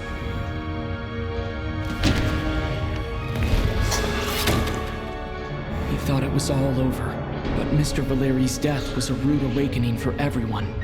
The ley lines consumed him during the night regardless. A lot happened today. Mr. Valeri's death led us to discover the connection between the number of deceased and the number of victims during the night.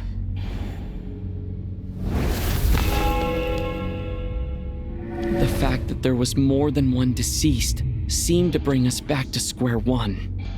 Odette revealed some information she had been keeping to herself.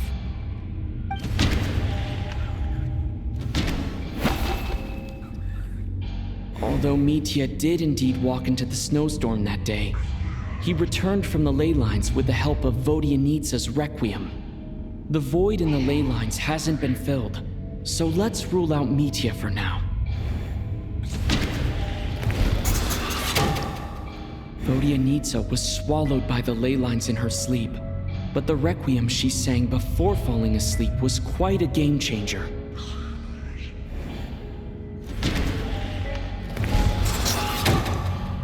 As it happened, Patashka filled the void left by Mitya's return from the ley lines by walking into the snowstorm this morning.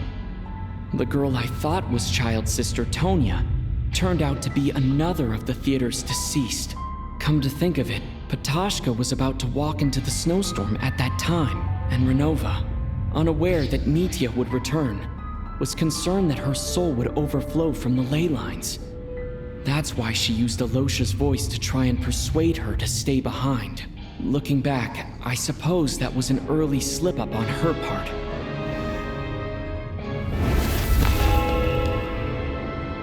No one could have expected anyone who walked into the snowstorm to return. But just after nightfall, Mitya returned, bringing crucial information with him. Various truths began to surface, including that all of us were already dead and that the ruler of death was here among us.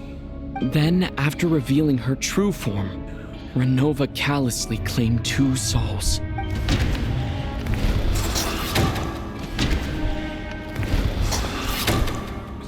In fact, everyone was already dead by the time we took the photo. And in the days since, we've experienced many more partings in the afterlife. Now, only Mitya and I remain. And the true culprit behind everything still stands before us. In Mitya's eyes, I see the same anger and frustration that I feel. That covers everything. It's all clear now. Your work isn't finished here yet, is it? The Traveler and I are still standing here, safe and sound. The Water Imp's song threw things off a little, but it is of no consequence. The ley lines have already anchored your soul, and the first ray of light tomorrow morning will take you back. I, meanwhile, Need to review my attitude towards the Water Imp race? So the reunion in the night that Vodyanitsa mentioned. I suppose that was never meant to be a permanent reunion. That just leaves you, Traveler. My power only allows me to temporarily separate your soul from your body. The ley lines of Tevat would not accept you, and your soul is firmly anchored to your body by your will. For a descender like you, who is not bound by Tevat's rules, your death can only be brought through the most violent of means, such as directly destroying either your body or soul. I have no interest in involving myself with Descenders. For now. Although, this may change if Asmodee remains missing, or you insist on interfering with our affairs. One last question then.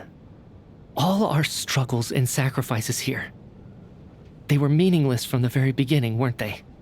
Death abides no reason. Besides, what you call sacrifice is merely a concept created by humanity. To me, it is nothing more than a self-indulgent charade in the face of death. Mere mortals fantasizing that their actions could reclaim something from my grasp. A truly laughable idea. Grim Reaper, you really know how to get on my nerves. I'm not here to ingratiate myself with you. I kill merely because your deaths are necessary. Oh, you've made that quite clear. But humans don't take well to being scorned. Not even by the gods.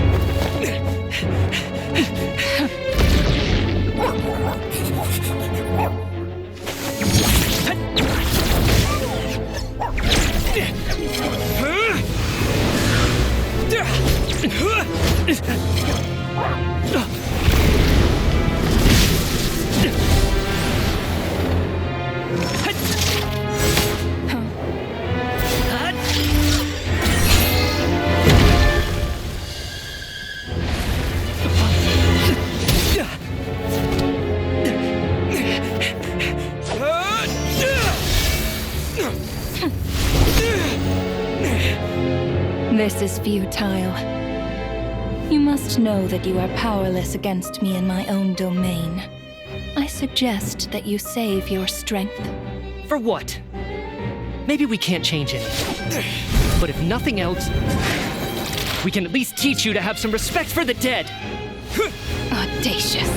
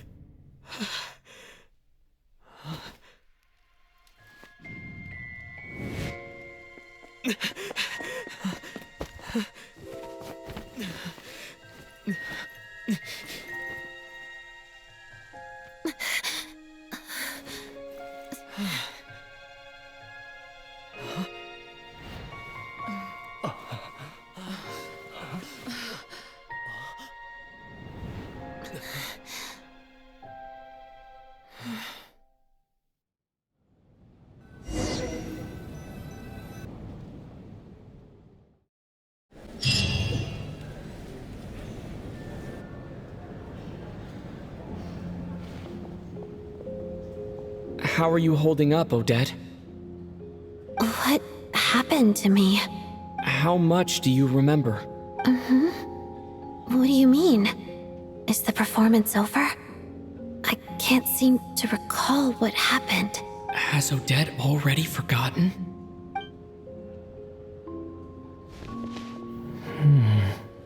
Mitya? Oh, I'm sorry. I guess I spaced out there for a second. Remind me who you are? Don't you remember anything? Yeah, I remember now, comrade. Looks like we guessed right. Just like me when Odette found me at the Armory Palace. For some reason, everyone killed by the Ruler of Death eventually came back to life. Just with one catch. They forgot what happened while they were dead.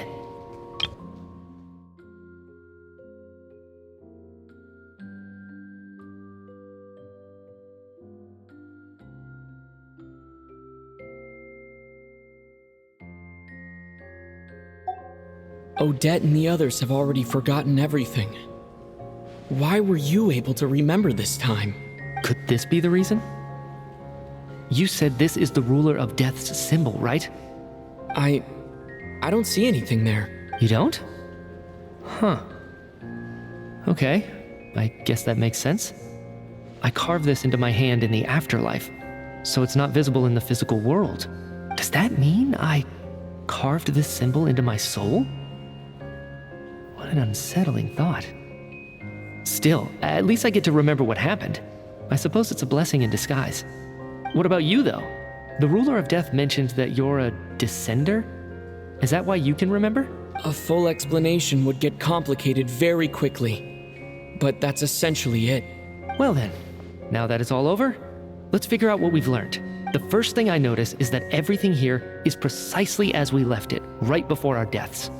This confirms that time passes differently in the afterlife than in the real world. They say that right before death, time slows down, and your whole life flashes before your eyes. That must be how you know you have one foot in the afterlife by that point. Anyway, clearly the few days we spend in the afterlife probably only amounted to a few short minutes in the real world.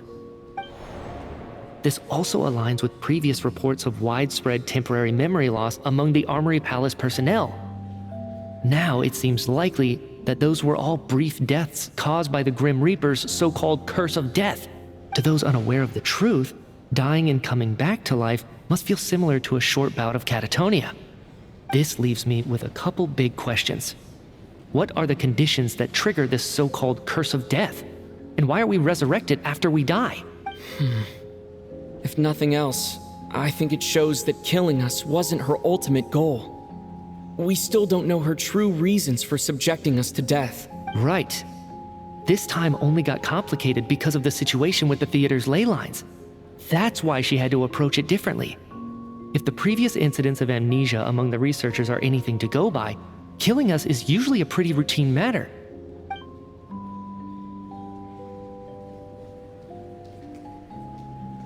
Come to think of it, wasn't I about to note something down before I died? I can't remember what it was, but I think it was something related to my research project. Sorry, Traveler. I'll catch up with you again later. Right now, I have to make a trip back to the Armory Palace. Sir, if I may, no one of your description has ever shown up in my investigations into Mr. Mitya's friends, yet you two seem very familiar with each other. Could you perhaps tell me where he was in such a rush to get to? And, by the way, have we ever crossed paths? Forgive the presumptuousness, but I feel a vague and indescribable sense of familiarity about you. I can explain everything. Could you help me gather everyone in the theater in one place?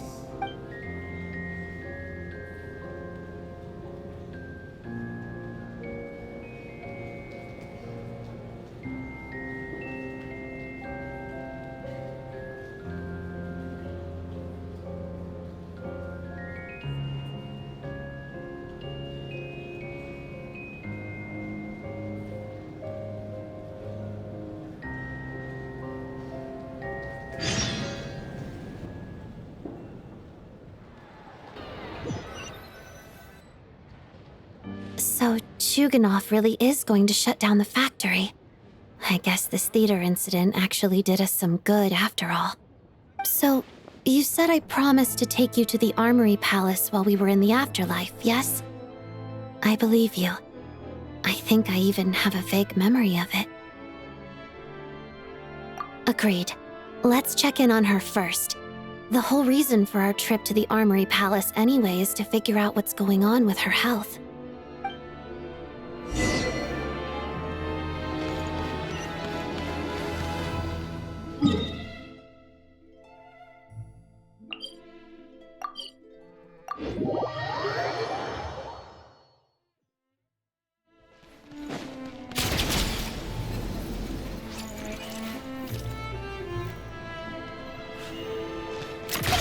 Keep up.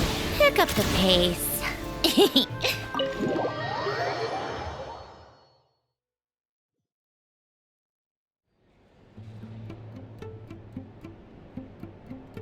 I'm finally back, even though a long time has passed from my perspective. As far as Paimon's concerned, I probably just went out to watch a very short show. I should keep my emotions in check when I see Paimon again, or it'll seem weird. Wait. The atmosphere here feels off. Shh. Stay quiet. Let's go inside and take a look. Have we still not been able to notify Child yet? We need new orders. What if that person comes back again? I'm so sorry. Under the circumstances, there was really nothing we could do. Tell me, what happened to Paimon? It was the Jester. He came here in person and escorted Miss Paimon away. He's the director of the Fatui. His authority supersedes all others and cannot be questioned. There was nothing we could do. How long ago did he leave? And what was Paimon's status? It was about an hour ago. Miss Paimon was fast asleep at the time. The Jester simply walked off with her as if it was only natural. I assure you, he absolutely did not use any force. Do you know where they went? The Armory Palace, most likely. Lord Piero, the Jester, has been overseeing the experiments there lately, keeping a close eye on their progress. Everyone in the Fatui has heard about it by now. I'm surprised he came in person. Whatever his reason for taking Paimon, he'll most likely return to the Armory Palace first, which is exactly where we were headed anyway. Then lead the way, Odette. Okay, let's go.